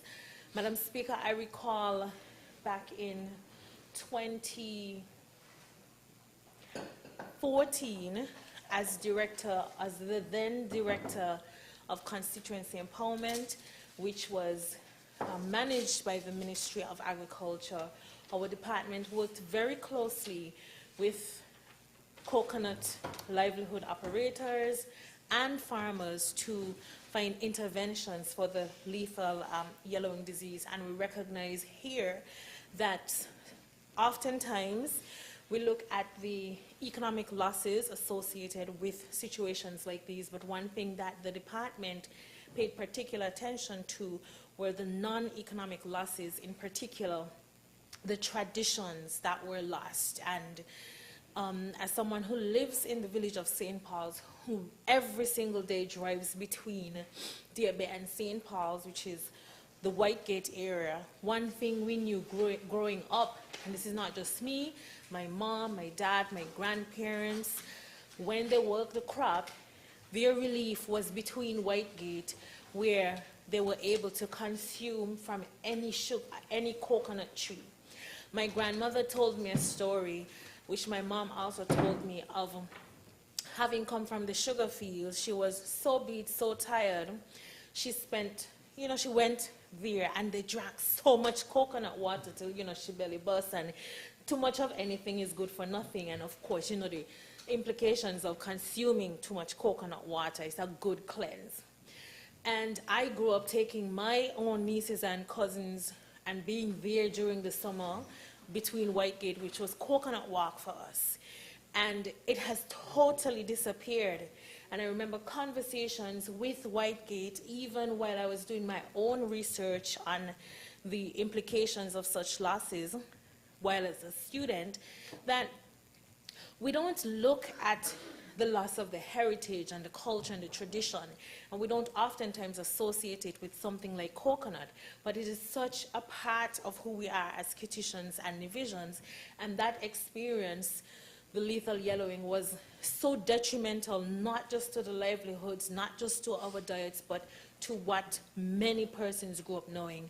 You had coconuts in the back of every single yard. So I fully support this bill, fully support it, especially in terms of invasive alien species, and this partnership that the Ministry of Environment and the Ministry of Agriculture is pursuing in managing what comes to our borders. And I reference again the work done by Minister Evelyn while he was Minister of Environment over here. The work on the invasive species project was so critical, so fundamental to managing and securing our borders, and we have no other option but to support it, not just for the livelihoods, not just for plant and animal health and plant health in this particular situation, but also for the preservation of cultural heritage. I thank you. Thank you, Honourable Senator Clark. I recognize the Honourable Member for Nevis 10. Madam Deputy Speaker, I rise to lend my support and just to make a few comments as well regarding this bill before the Honourable House. the plant protection bill. And this is something that is very dear to me. I would have spent quite some time in plant quarantine when I worked in the Department of Agriculture. And so I know the importance of a bill of this nature. I would have attended numerous meetings and so on where plant quarantine is concerned. And over the years, we in St. Kitts and Nevis and the rest of the region, we have really suffered dramatically with regards to our plants. And a lot of the times, it's inadvertent sometimes when people bring things in or people import stuff and or take stuff out and they don't do what they're supposed to do. But here again, just like the previous bill, this bill is trying as much as possible to ensure that things are formalized. And I must give kudos once again to the framers of this piece of legislation. Once again, very extensive, and it goes on and on to explain practically everything where plant quarantine is concerned and plant protection is concerned. Once again, I'm happy that we are harmonizing the legislation within the region, because that has always been a concern for plant protection workers in the region, that things are not harmonized and everybody is doing things in their own little way. Even sometimes things as simple, the phytosanitary certificates. The phytosanitary certificates are done a certain way in St. Kitts and Nevis. They are done another way in Jamaica, another way in Antigua, another way in Trinidad and Tobago. And I believe with this piece of legislation now being harmonized in the OECS and the Caribbean region, that we will see a lot more of the harmonization of these pieces of documents to support this bill in terms of plant protection. I am also happy, Madam Deputy Speaker, to see in this bill that we are also now going to do things in regards to the IPPC, the International Plant Protection Convention, and the SPS agreement, because there has been a lot of talk and discussion where these conventions and so on are concerned as well. And sometimes we are not doing what we are supposed to do in the individual countries where these agreements are concerned. So I am very, very happy that this piece of legislation is before this Honourable House. I have all confidence that it will get the necessary support and it will be passed.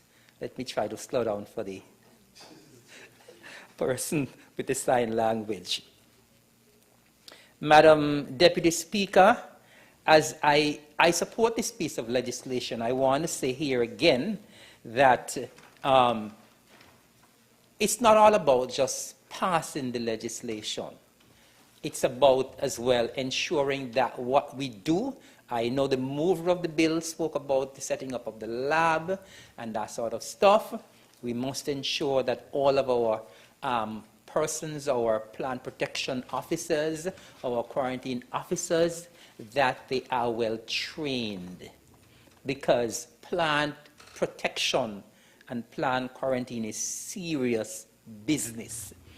Over the years, we in St. Kitts Nevis and in the region, we have suffered a lot. Our plants have suffered a lot. We have seen the introduction of the giant African snail. We have seen the introduction of the Sigatoga disease for bananas. We have seen the introduction of the citrus leaf miner, and the list goes on and on and on. And this bill is trying to ensure, as much as possible, that we try to keep diseases out. I want to highlight once again that the smallness of our destination, the smallness of St. Kitts and Nevis, we should always be cognizant of. When a disease or a pest comes into the Federation, most of the time it spreads like wildfire. You notice it is in one area, And then when you do your surveillance, you notice it is the entire country, the entire island.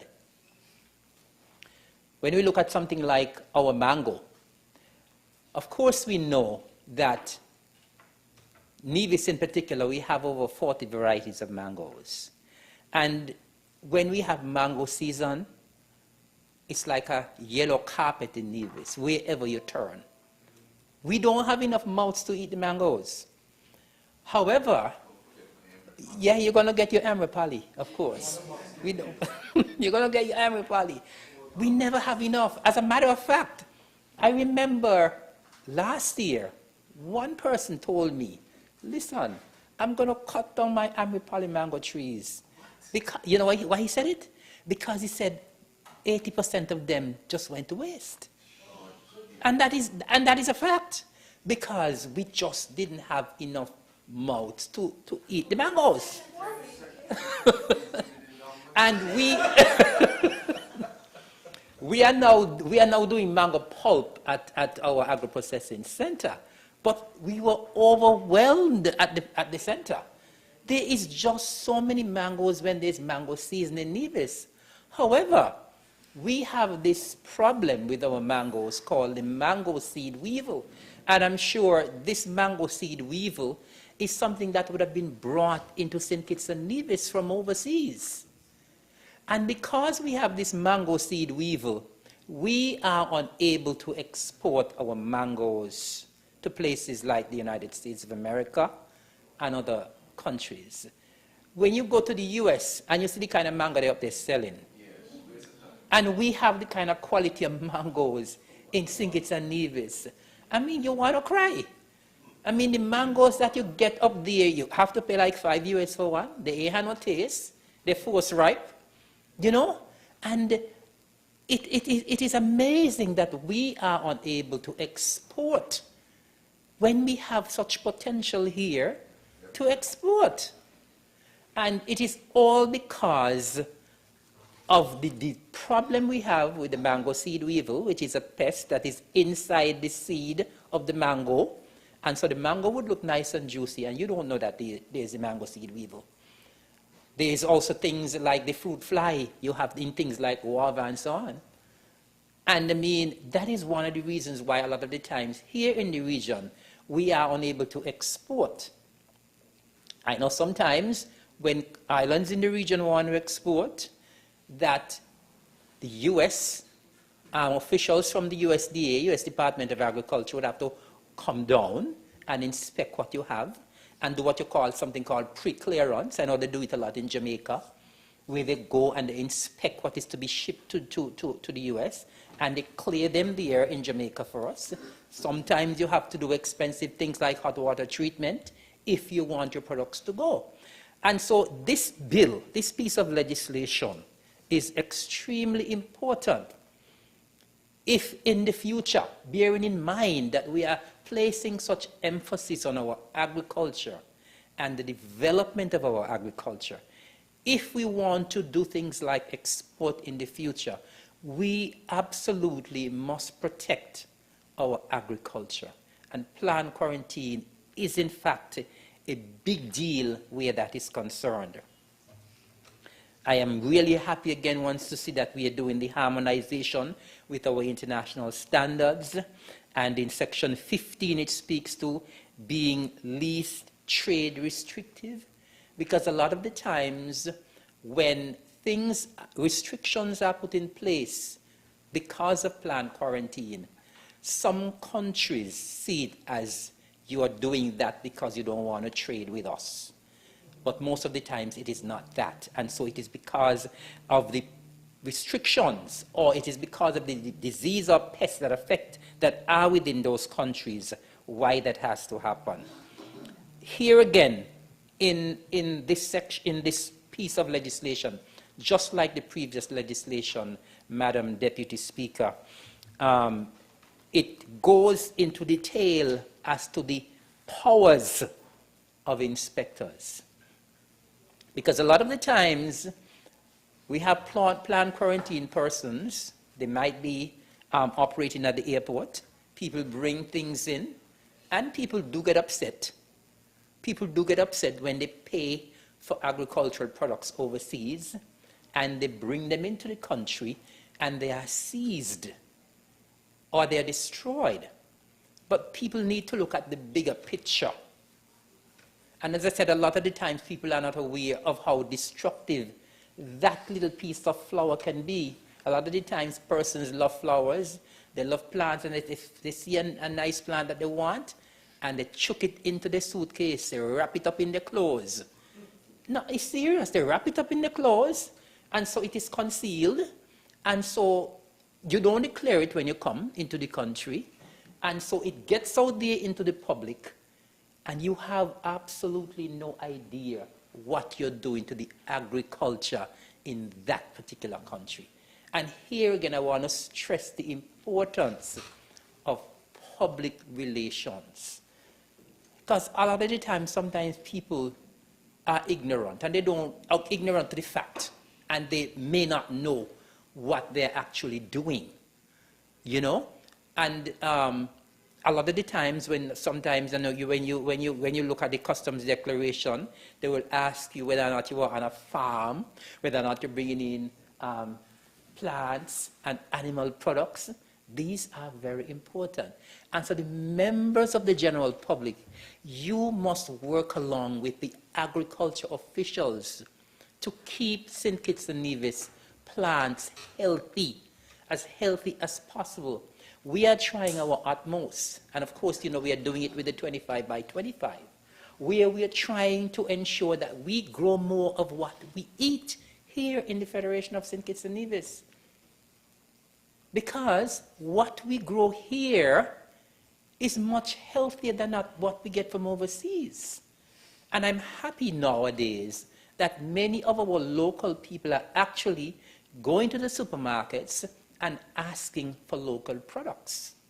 And if we cannot go to local products, then we have to end up and eating all of the overseas products. Madam Deputy Speaker, we have so many different types of cancers now. And I'm convinced that a lot of the times these cancers are caused by what we are eating, by what we are consuming, and therefore it means that we here in the Federation, we ought to grow more. And while we are growing more, we ought to protect the health of what we are growing. And so I want persons to be very cognizant of the importance of this bill. I want the persons in the Department of Agriculture, those who are working specifically in the quarantine department, to be cognizant of the importance of this bill. And once again, I would encourage them as well to familiarize yourself. Familiarize yourselves with what you can do. Familiarize yourselves with the powers that you have invested in you through this piece of legislation. Madam Deputy Speaker, when we speak again out to section 22, here again it speaks to planned quarantine stations, and here again I am hopeful that we will have designated areas for planned quarantine stations. In section 19, if we go back, jump back a bit, when we speak about the phytosanitary actions, it speaks to destruction. Because many times when you seize products or plants or fruits, you know, sometimes people actually think that you eat the stuff that you seize. Because I've heard people saying, well, I went to St. Thomas and they take my mangoes and I believe they eat the mangoes. I don't know if it happens. Maybe it happens, I don't know. But when you seize products from persons, you are not supposed to consume them. Many of the times they are to be destroyed, especially if you suspect that they are carrying, if they're bringing pests and diseases in. I want to make a suggestion here because I know that a lot of the times products are seized at the ports of entry, and sometimes they're not properly disposed of. If you seize products that may be carrying pests and diseases, and you just take them to the dump, you are creating another problem. Because I just spoke about the mango seed weevil, right? For example, a product, the mango seed weevil, just take that example. If you seize mangoes coming from overseas, and you suspect that the mangoes have the mango seed weevil, you take them to the dump. When those mangoes rot, the weevil is going to emerge out of the seed, and it is in the island like wildfire. I know that establishing or building an incinerator might be a little expensive, but that is something I would advocate for. I know a lot of islands in the region do not have incinerators, but I am hopeful that in the future, it doesn't have to be tomorrow, it doesn't have to be next year, but that is an excellent way to ensure that when we seize products and we want to destroy them, that is an excellent way to destroy any products that are coming in that we suspect might be bringing in any form of pest and diseases into the country. And this again, of course, we need to make sure that we do as much public relations as possible. And so, Madam Deputy Speaker, as I would have said, I think it is an excellent piece of legislation. I want to also encourage that while we do our public relations with regards to this piece of legislation, that we try as much as possible as well to have as much signage as possible at our ports of entry.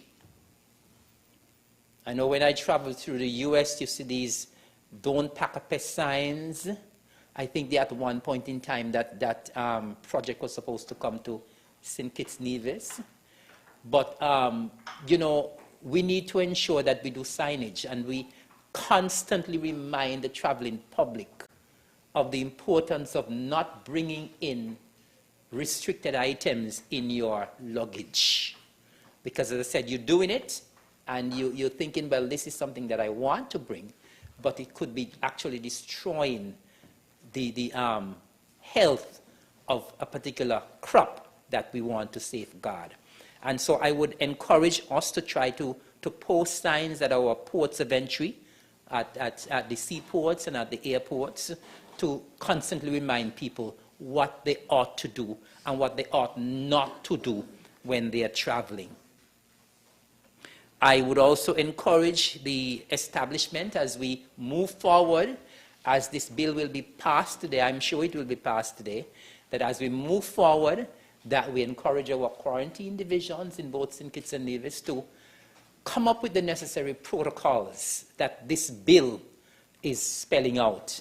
The necessary protocols when it comes to import of products, export of products, when you're traveling, and so on. And so I also wanted to applaud the setting up of the phytosanitary emergency fund that is also spelled out here in the bill as well, Madam Deputy Speaker. But all in all, I think it is an excellent piece of legislation. I'm particularly happy that I said it's been harmonized throughout the region, throughout the OECS and the Caribbean region. And it shows that we in the region are serious about agriculture. We are serious about protecting our agriculture. And we are serious about growing more of what we eat and eating more of what we grow. We can only do that, Madam Deputy Speaker, if we safeguard our crop production. And so, Madam Speaker, with these few words, I want to say that I support the bill, and I wish it safe passage through this Honourable House. May it please you. Thank you, Honourable Member for Nevis 10. Any other presentations? I recognize the Honourable Member for St. Christopher for move of the bill to give his wrap-up. Madam Speaker, with your leave, I rise to conclude this debate on this critical bill, the Plant Protection Bill 2024, Madam Speaker. I wish to give credit to the member from Nevis 10, for his valued contributions, as always.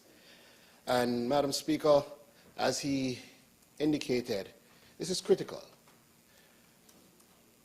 Our plant production in St. Kitts and Nevis is a significant cross-section of our own agricultural development.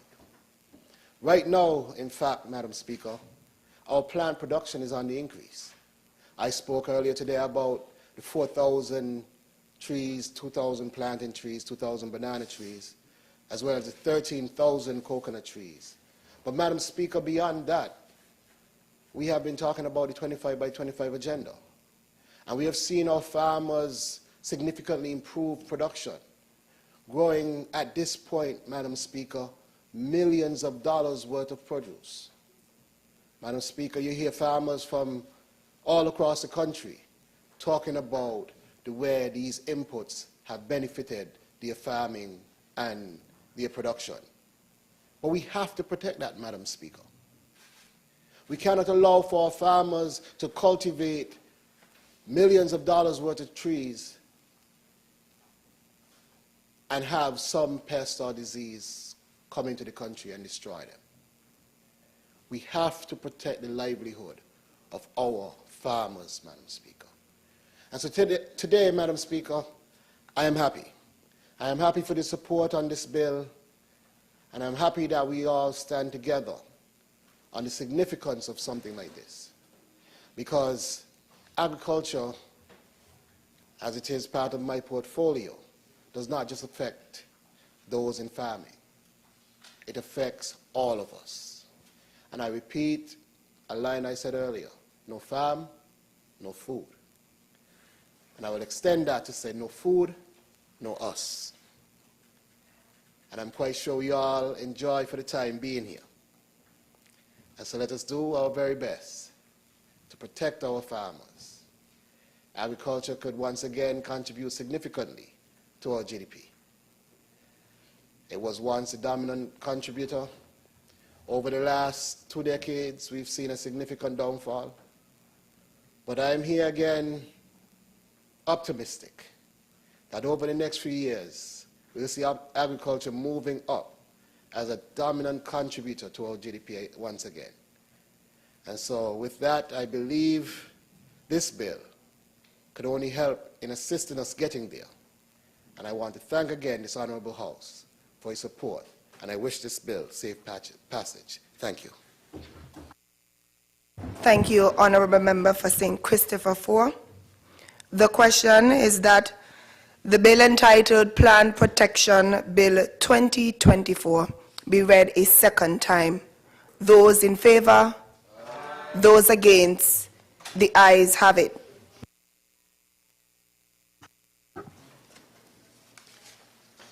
A bill to prevent the entry and establishment of, and to control the spread of plant pests, to protect plant resources, to facilitate the movement of plants and plant products into and within St. Christopher and Nevis, and to regulate other matters connected thereto, otherwise known as the Plant Protection Bill 2024.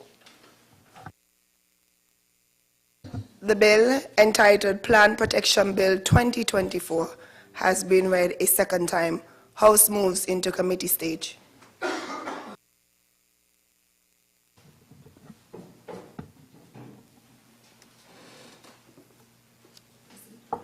The arrangement of sections. The question is that the arrangement of sections stand part of the bill. Those in favour? Aye. Those against? The ayes have it. Clauses 1 through 68. The question is that clauses 1 through 68 stand part of the bill. Those in favour? Aye. Those against? The ayes have it. Schedules 1 through 5. The question is that schedules 1 to 5 stand part of the bill. Those in favour? Aye. Those against? The ayes have it. The enacting clause. The question is that the enacting clause stands part of the bill. Those in favour? Aye. Those against? The ayes have it. The title. The question is that the title stands part of the bill. Those in favour? Aye. Those against? The ayes have it. House resumes.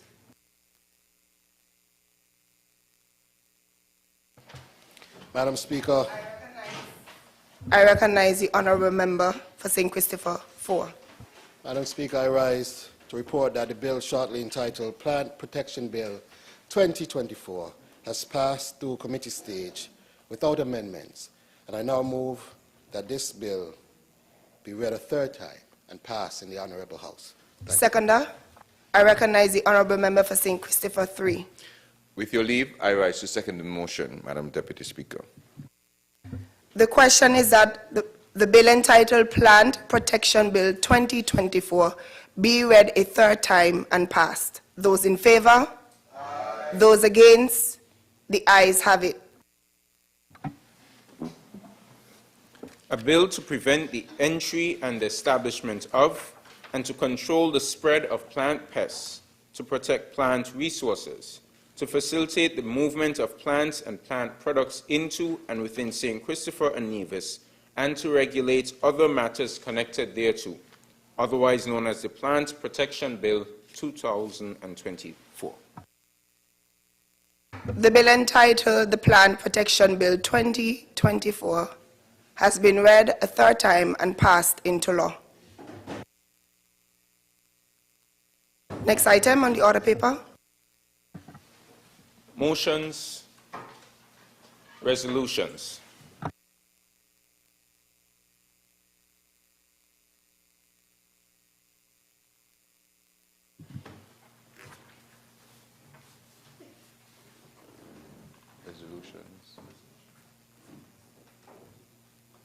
Yes, but I'm waiting for your recognition. Yes, sorry. I recognize the Honourable Member for St. Christopher 3. Madam Speaker, thank you very much. With your leave, I rise to introduce and have read this resolution before the National Assembly of St. Christopher and Nevis to approve loan for expansion of Nevis Power Plant project from the Saudi Fund for Development. Whereas it is provided by Section 48 of the Finance Administration Act, Cap 20.13, that money shall not be raised on the credit of the government except under the authority of an Act of Parliament or of a resolution of the National Assembly. And whereas the government, pursuant to its Sustainable Island State agenda, has prioritized a project which aims to expand and increase the production capacity of the current Nevis power plant by building a dual-fuel power plant with a capacity of 18 megawatts, which will contribute to providing a flexible hybrid power generation platform to improve efficiency and burn clean fuel to support the Federation's transition to a sustainable energy future. The expansion of a Nevis power plant project. And whereas the successful implementation of the expansion of the Nevis power plant project is anticipated to contribute to lower energy prices, economic growth, and job creation across the Federation. And whereas the expansion of Nevis power plant project will contribute significantly to achieving the United Nations Sustainable Development Goals and advancing the Federation's commitment to a future of clean, affordable, and renewable energy in its transition into a sustainable island state. And whereas the government has entered into a loan agreement in which the Saudi Fund for Development has agreed to lend 150 million Saudi riyals, equivalent to 40 million United States dollars, to finance the reasonable cost of the goods and services required for the expansion of the Nevis power plant project. Now, therefore, be it resolved by the National Assembly of St. Christopher and Nevis that the raising of 40 million United States dollars on the credit of the government from the Saudi Fund for Development to finance the reasonable cost of the goods and services required for carrying out the expansion of the Nevis power plant project is hereby authorized. Madam Speaker, on this resolution, I gave a brief introduction during statements by ministers, where we have engaged the fund, the Saudi Fund for Development, for their partnership in the providing of a loan fund agreement or facility for us to construct the expansion or to have the expansion of the Nevis power plant project. Obviously, with our engagement with the fund, the terms upon which these financial arrangements are made are always extraordinarily beneficial to the government of St. Kitts and Nevis, and we want to extend our heartfelt thanks for the fund for partnering with us and making the arrangements for easy access to this level of financing.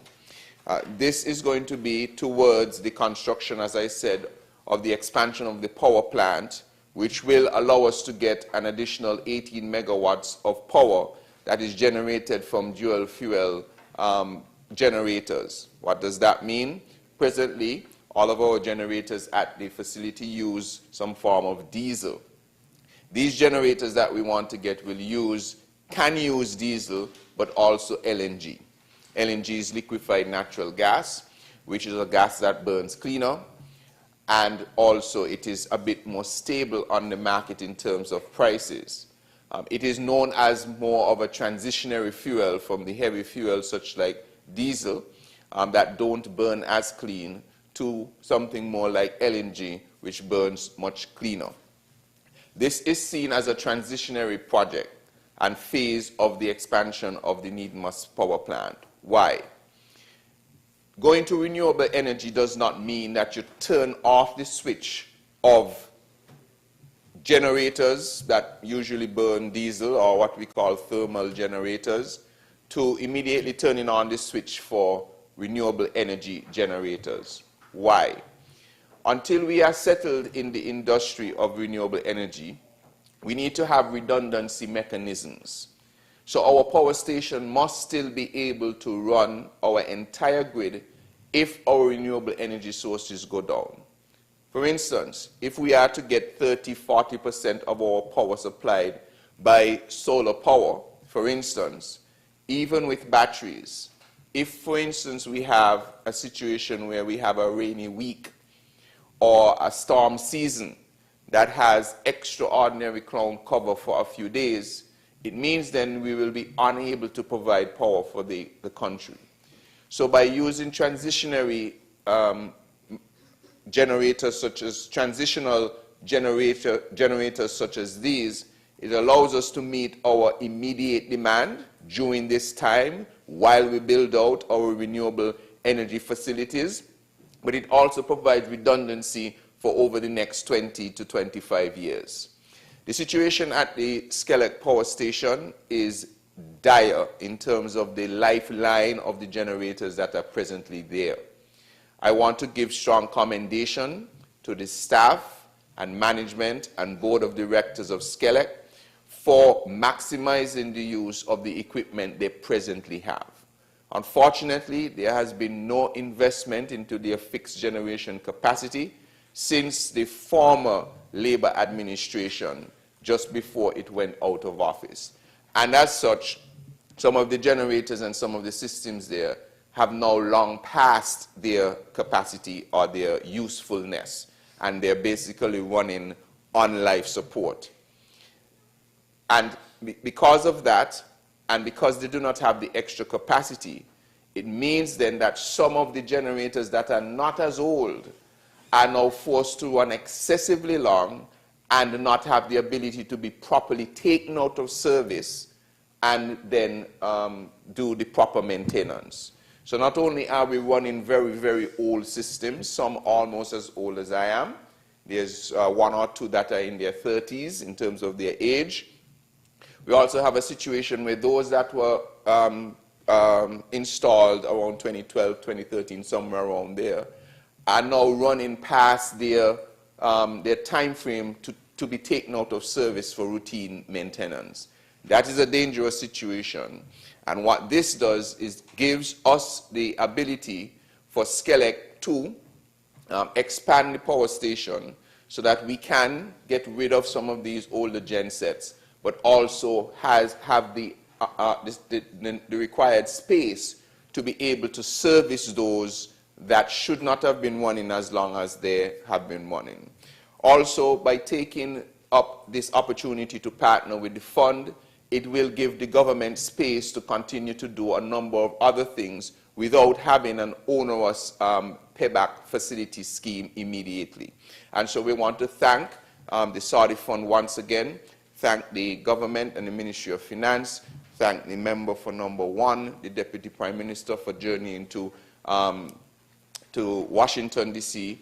to sign at the World Bank headquarters about 2 weeks ago, and thank all who has been involved in this process over the last 5 months, 6 months or so. The process started in October when I visited the Saudi Fund for Development and spoke with the team there led by the CEO and introduced them to this particular project. Subsequently, the Prime Minister, Dr. Terrance Drew, visited Saudi Arabia for the CARICOM Summit of leaders with Saudi Arabia, and on the sidelines of that summit, signed the Memorandum of Understanding to push this project forward. Thereafter, well, before that, the technical teams had visited St. Kitts on my request to come and have a look at the project, which they did, and we formalized between SCELEC and themselves all that was required for this particular project. Subsequent to that, and after the MOU signing, we worked out the final details in the earlier months of this year, and they confirmed that we would receive the $40 million funding agreement. And then it was culminated by the Deputy Prime Minister filling in for the Prime Minister to sign the loan agreement in Washington, D.C. We met this week with the Saudi Fund, and we're putting together the final aspects of procurement. Because these funds are coming from Saudi Arabia, we will have to adhere to their procurement procedures. Of course, we will encourage all of our local contractors, etc., to bid for these things. They are on the international market, so they will be open to everyone around the world. And so we hope that our locals can get an opportunity to be a part of this project. I think for the civil works of this project, our locals obviously have a great benefit to be a part of the project, but the technical part of the generators and so on, we don't produce those things in St. Kitts or Nevis. And so those will probably be coming from overseas. So with those words, Madam Deputy Speaker, I wish this resolution safe passage to this Honourable House. Thank you, Honourable Member for St. Christopher 3. I recognize the Honourable Member for St. Christopher 1. With your leave.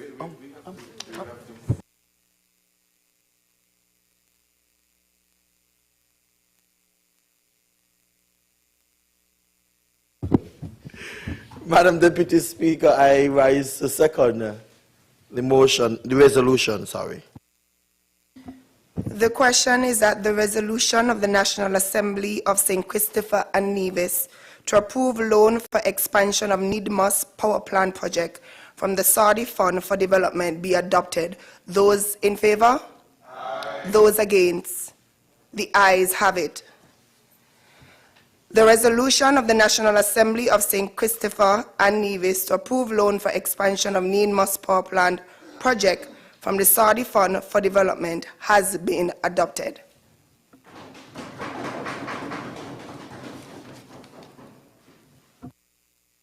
I recognize the Honourable Member for St. Christopher 1. Madam Deputy, with your leave, I rise to read this resolution in the Honourable House. Resolution of the National Assembly of St. Christopher and Nevis to endorse the bid of the Republic of China, Taiwan, to participate internationally in various organizations.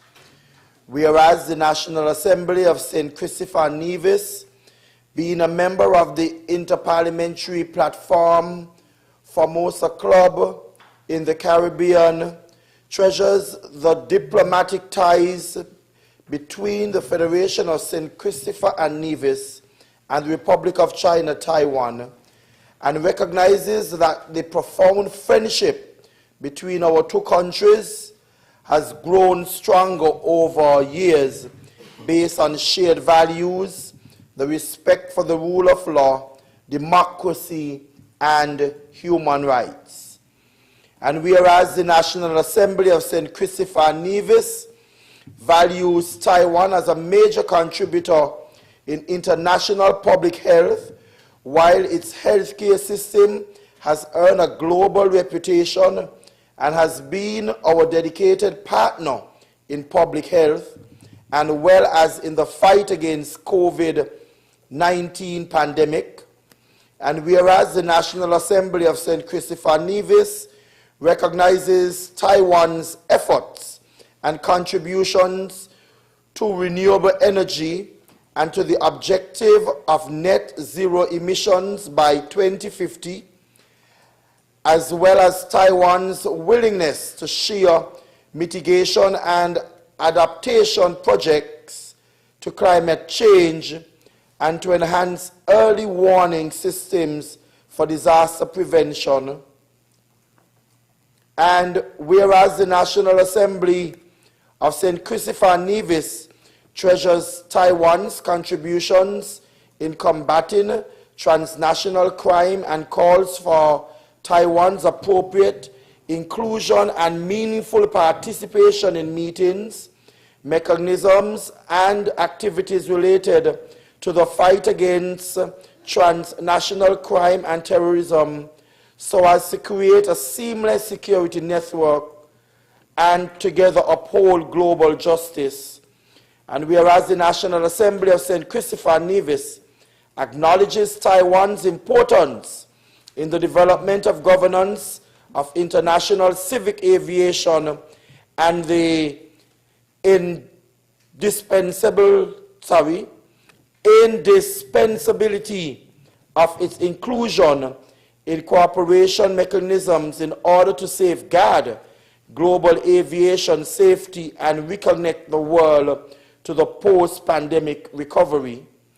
Be it resolved, therefore, that the National Assembly of St. Christopher and Nevis continues to endorse Taiwan's bids to participate in a professional, pragmatic, and constructive manner in internationally and regional mechanisms and organizations such as United Nations, UN, the World Health Organization, WHO, a United Nations Convention on Climate Change, UNFCCC, the Criminal Police International Organization, Interpol, and the International Civil Aviation Organization, ICAO. Yes, ICAO. Thank you very much, Honourable Minister, who is on target with her areas. Yes, yeah. I just wanted, Madam Speaker, just before the Honourable second the motion, was to place on record our profound thanks and gratitude for the continued support that we have been receiving from Taiwan, and more so to congratulate the new president. And I have the privilege later down in this month to take a delegation there to be a part of that historic celebration. I please you. Oh, I didn't. Oh, approved by the National Assembly the second day of May 2024. Sorry about that. Thank you, Honourable Member for St. Christopher 1. I recognize the Honourable Member for St. Christopher 3. Greetings. I just wanted to rise to second the motion of this resolution and to associate myself with the gratitude extended to the people of the Republic of China and Taiwan for their tremendous continued support to our federation. We stand with Taiwan, as we have for the last 40 years, and we look forward to continue working with them. I want to also commend the Republic of China and Taiwan for the many projects that they are involved with. As you know, they are the ones who are assisting in partnership of the building of the new climate smart hospital. We are also in discussions for their partnership with the desal plant that we are constructing. Their support is vast and wide across many, many areas of our government for and on behalf of the people of St. Kitts and Nevis, and for that we extend tremendous amount of gratitude to the ambassador here, Ambassador Lin, who continues to facilitate the agenda of cooperation between these two island states, one a small island state and one a very large island state. May God continue to bless this relationship. May it please you, Madam Speaker. Thank you, Honourable Member for St. Christopher 3. The question is that the resolution of the National Assembly of St. Christopher Nevis to endorse the bid of the Republic of China Taiwan to participate internationally in various organizations be adopted. Those in favor? Aye. Those against? The ayes have it. The resolution of the National Assembly of St. Christopher and Nevis to endorse the bid of the Republic of China Taiwan to participate internationally in various organizations has been adopted.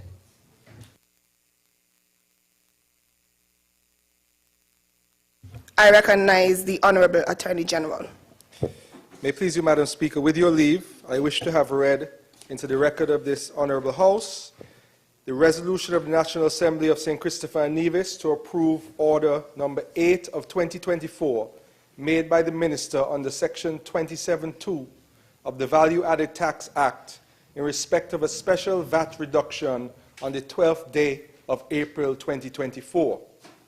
Whereas it is provided by Section 27(2) of the Value Added Tax Act that the Minister with responsibility for finance may calculate the rates of tax at such other rate as the Minister may by order specify, and that such order shall be subject to the affirmative resolution of the National Assembly. And whereas the Ministry of Finance considered expedient to introduce a measure to create a fiscal stimulus on the 12th day of April 2024, and whereas by Order Number 8 of 2024, made by the Minister with responsibility for finance under Section 27(2) of the Value Added Tax Act in respect of a special VAT reduction on the 12th day of April 2024 to a rate of 5% on sale of vatable goods other than those specifically listed therein as being ineligible. Now therefore be it resolved that the National Assembly of St. Christopher and Nevis hereby affirms the order of the Minister of Finance to reduce the rate of VAT on the 12th day of April 2024 to a rate of 5%, approved by the National Assembly the 2nd day of May 2024. May it please you, Madam Speaker. Thank you, Honourable Attorney-General. I recognize the Honourable Member for St. Christopher 1. I rise to second that, Madam.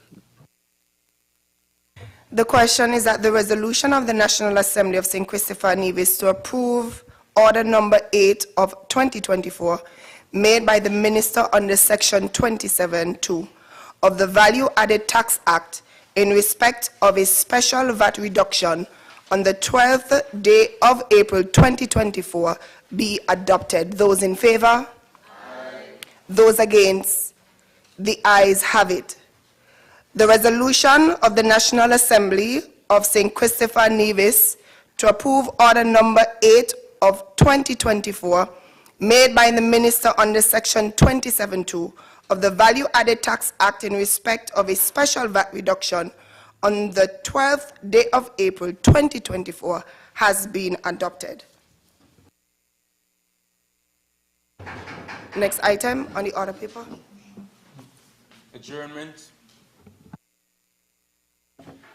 Madam Speaker, with your leave, I just wish to briefly send condolences to the families of 3 legends who recently passed in the last few weeks in St. Kitts and Nevis. To the family of Michael Bobsy Hawley, who was a legend in the business community in St. Kitts.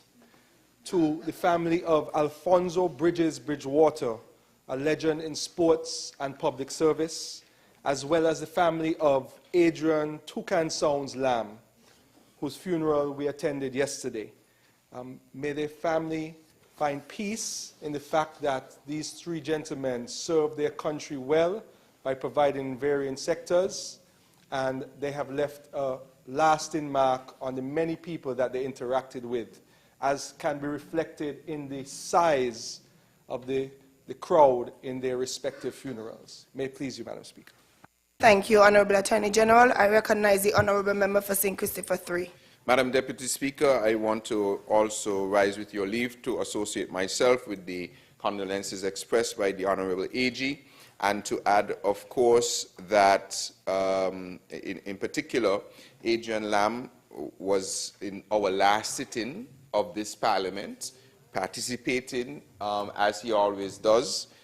He would make his way after every break or during every break to come and interact with every member of Parliament to share some conversation, some issue, discuss something, to shake a hand, to do all manner of things. And as I said last night at the little concert they had for him, is I recall that the last thing he might have told me is that he wanted to sit down and have a conversation about something. I'm pretty sure it must have been related to music or something, but I sit back now and said, you know, I regret not having that opportunity to have that last word. And I want to use this opportunity now to say that whenever it is that we have that opportunity to share anything with someone who we respect, someone who we love, someone who we might think we're going to see again, take that opportunity. We just never know what is around the corner. It was my privilege to be asked by the family to perform last evening at his concert. Adrian Lamb would have been the person who provided me the first opportunity to record, officially record one of my calypsos at age 10 back in 1993 when I sang a song called Cool School. And then he recorded for me when I first entered into the junior calypso competition. That's We Got a Fight.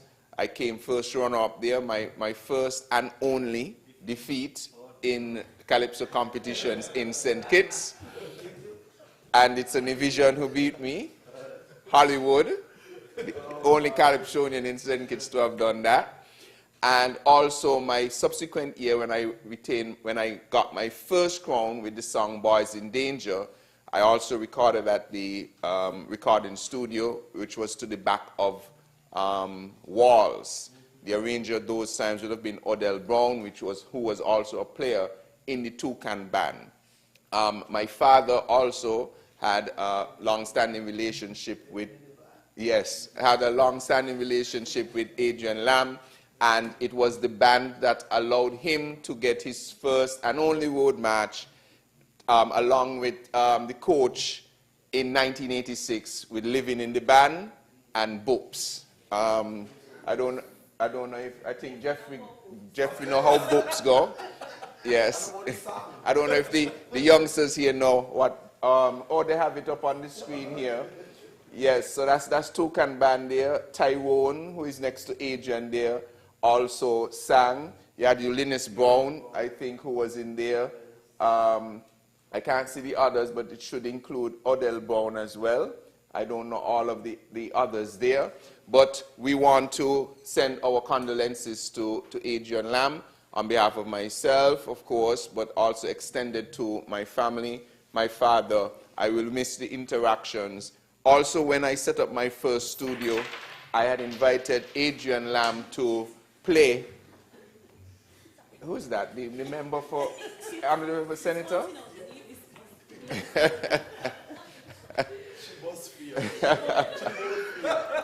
Let us continue, please. Yes, Madam Deputy Speaker.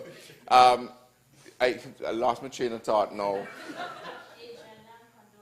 Yes, I know that's where I'm at. I know that's where I'm at. But I was dealing with, I think, with the road match and something I was the Boops man and so on, etc. Anyway, we want to extend condolences. No, I was saying that when I then ventured to open my own recording studio, Adrian Lamb also played a critical role in advice, first of all. And secondly, when my father redid some of his soca tunes from the 80s, because the Toucan used to play, I invited him to put down the bass track on those tracks. There's a medley that has Living in the Band in it and some other songs that Adrian Lamb played the bass line for. And so I will cherish those memories, and may his soul rest in musical peace.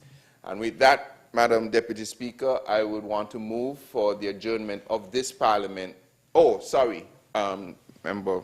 Thank you. Honourable Member for St. Christopher 3. I recognize the Honourable Member for Nevis 10. Thank you very much, Madam Deputy Speaker. I just wanted to rise as well to offer my condolences as well to the family of the late Bridges, Alfonso Bridgewater. As a former Minister of Sport at Nevis, I would have interacted with him on a couple of occasions, and I know the tremendous contribution that he would have made. But I stand specifically with regards to our late friend Adrian. I think he was a friend to all of us in here. Every time I enter the precincts of this house, I will remember Adrian. Every time I enter, I will remember, because there was never one occasion that I came to Parliament, or any of us came to Parliament, and Adrian didn't come to say something. Every time I sat here, whether it was during the break, Adrian made it his business to come up, and it was always something very good he would come and say. He would always ask, how is Nevis? How is Nevis doing? I have to come to Nevis. It's a long time I ain't come to Nevis. You know, and he was always give some encouraging word. He was such a cool person. And I also had to stand as well, because he would have made a sterling contribution to Nevis as well. He would have been a friend and a contributor to Vaughan Radio. I worked at Vaughan Radio for many years, and so I can speak on behalf of Vaughan Radio as well, our team at Vaughan Radio. And of course, he was very much a part of Culturama. And as the Minister of Culture, I had to offer my condolences as well as the Minister of Culture. And I know he would have made an excellent sterling contribution to the development of Culturama. I am so sad that now we are celebrating Culturama 50, that he will not be here. But I guess the Lord had other plans.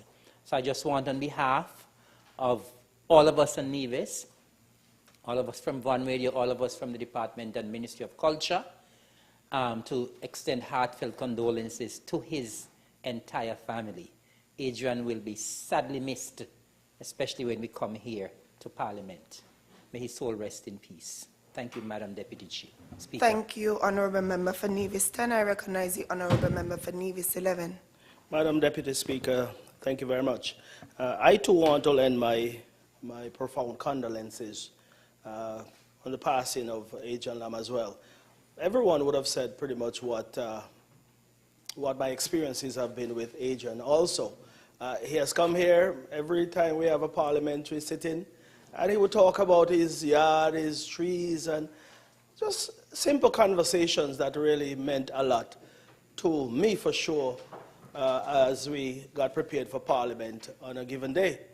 But my knowledge and knowing Adrian goes way back to the 80s. I'm not a calypsonian, I'm not a singer, but I spent my Christmases right over there at Thibault Avenue, you know, during December when, you know, Carnival is in the air.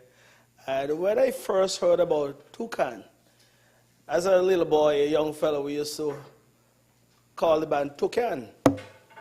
Remember that? We didn't know what the actual name was until later on you saw the spelling and you understood. As a matter of fact, Toucan would have come to Dick's Bar in Brick Hill back in those days, and as young fellows, boy, we used to rejoice when we hear Toucan come in, you know? And after some time when you learned the word and you understood the word meant something, and it was a kind of band that was somewhat different at that point in time to Grandmasters, who had those bull music and all those kind of tunes back then. Toucan gave us some songs that we can really relate to, and that nice melodious tune that we were certainly able to connect with. But Adrian was a legend in his time, and he has left a legacy, and a rich legacy in music and other things as well. Many of us may not recall the days of Wall's Bookstore, because that's where he used to work as well too. And indeed, those of us who were going to high school then and had to come to St. Kitts to buy our textbooks and so forth would have interacted with him at that point in time. So Adrian was not just a musician. He was a rounded person, someone who was involved in almost everything. And and his knowledge and that knowledge that he imparted to many of us will certainly live on for a long time to come. Bridges, I've never met Bridges, as simple as it sounds, but that name and the sound, that, should I call it a baritone voice? That rusty voice that you used to hear, it will always resonate in your mind. But Bridges would have made his impact in sport, teaching and the likes, and I'm sure the entire federation will be much better off as a result of having persons like Bridges, persons like Adrian, and you mentioned another name. Bobsy. Oh, I've never eaten his wings, but but of course, that name there as you enter or exit Frigate Bay, it's right there on the hill. That will always be there, and his legacy will be there through his chicken, through his family, because of course his family makes a large contribution to the development of the Federation of St. Kitts and Nevis. So sometimes when someone passes, it's not necessarily that person would have passed that you look towards for that rich legacy, but it is carried on through the children, grandchildren, and whomever will come after to make their contribution towards the development of the Federation of St. Kitts and Nevis. So throughout St. Kitts and Nevis, whether high or low, whether in between, whatever persons, wherever position they are in society, they have always made their contribution, and we must embrace and lift them up for that. And I just want to say that we'll miss all of them, all of their contribution, but they would have planted some seeds, which I'm sure will grow for time and years to come.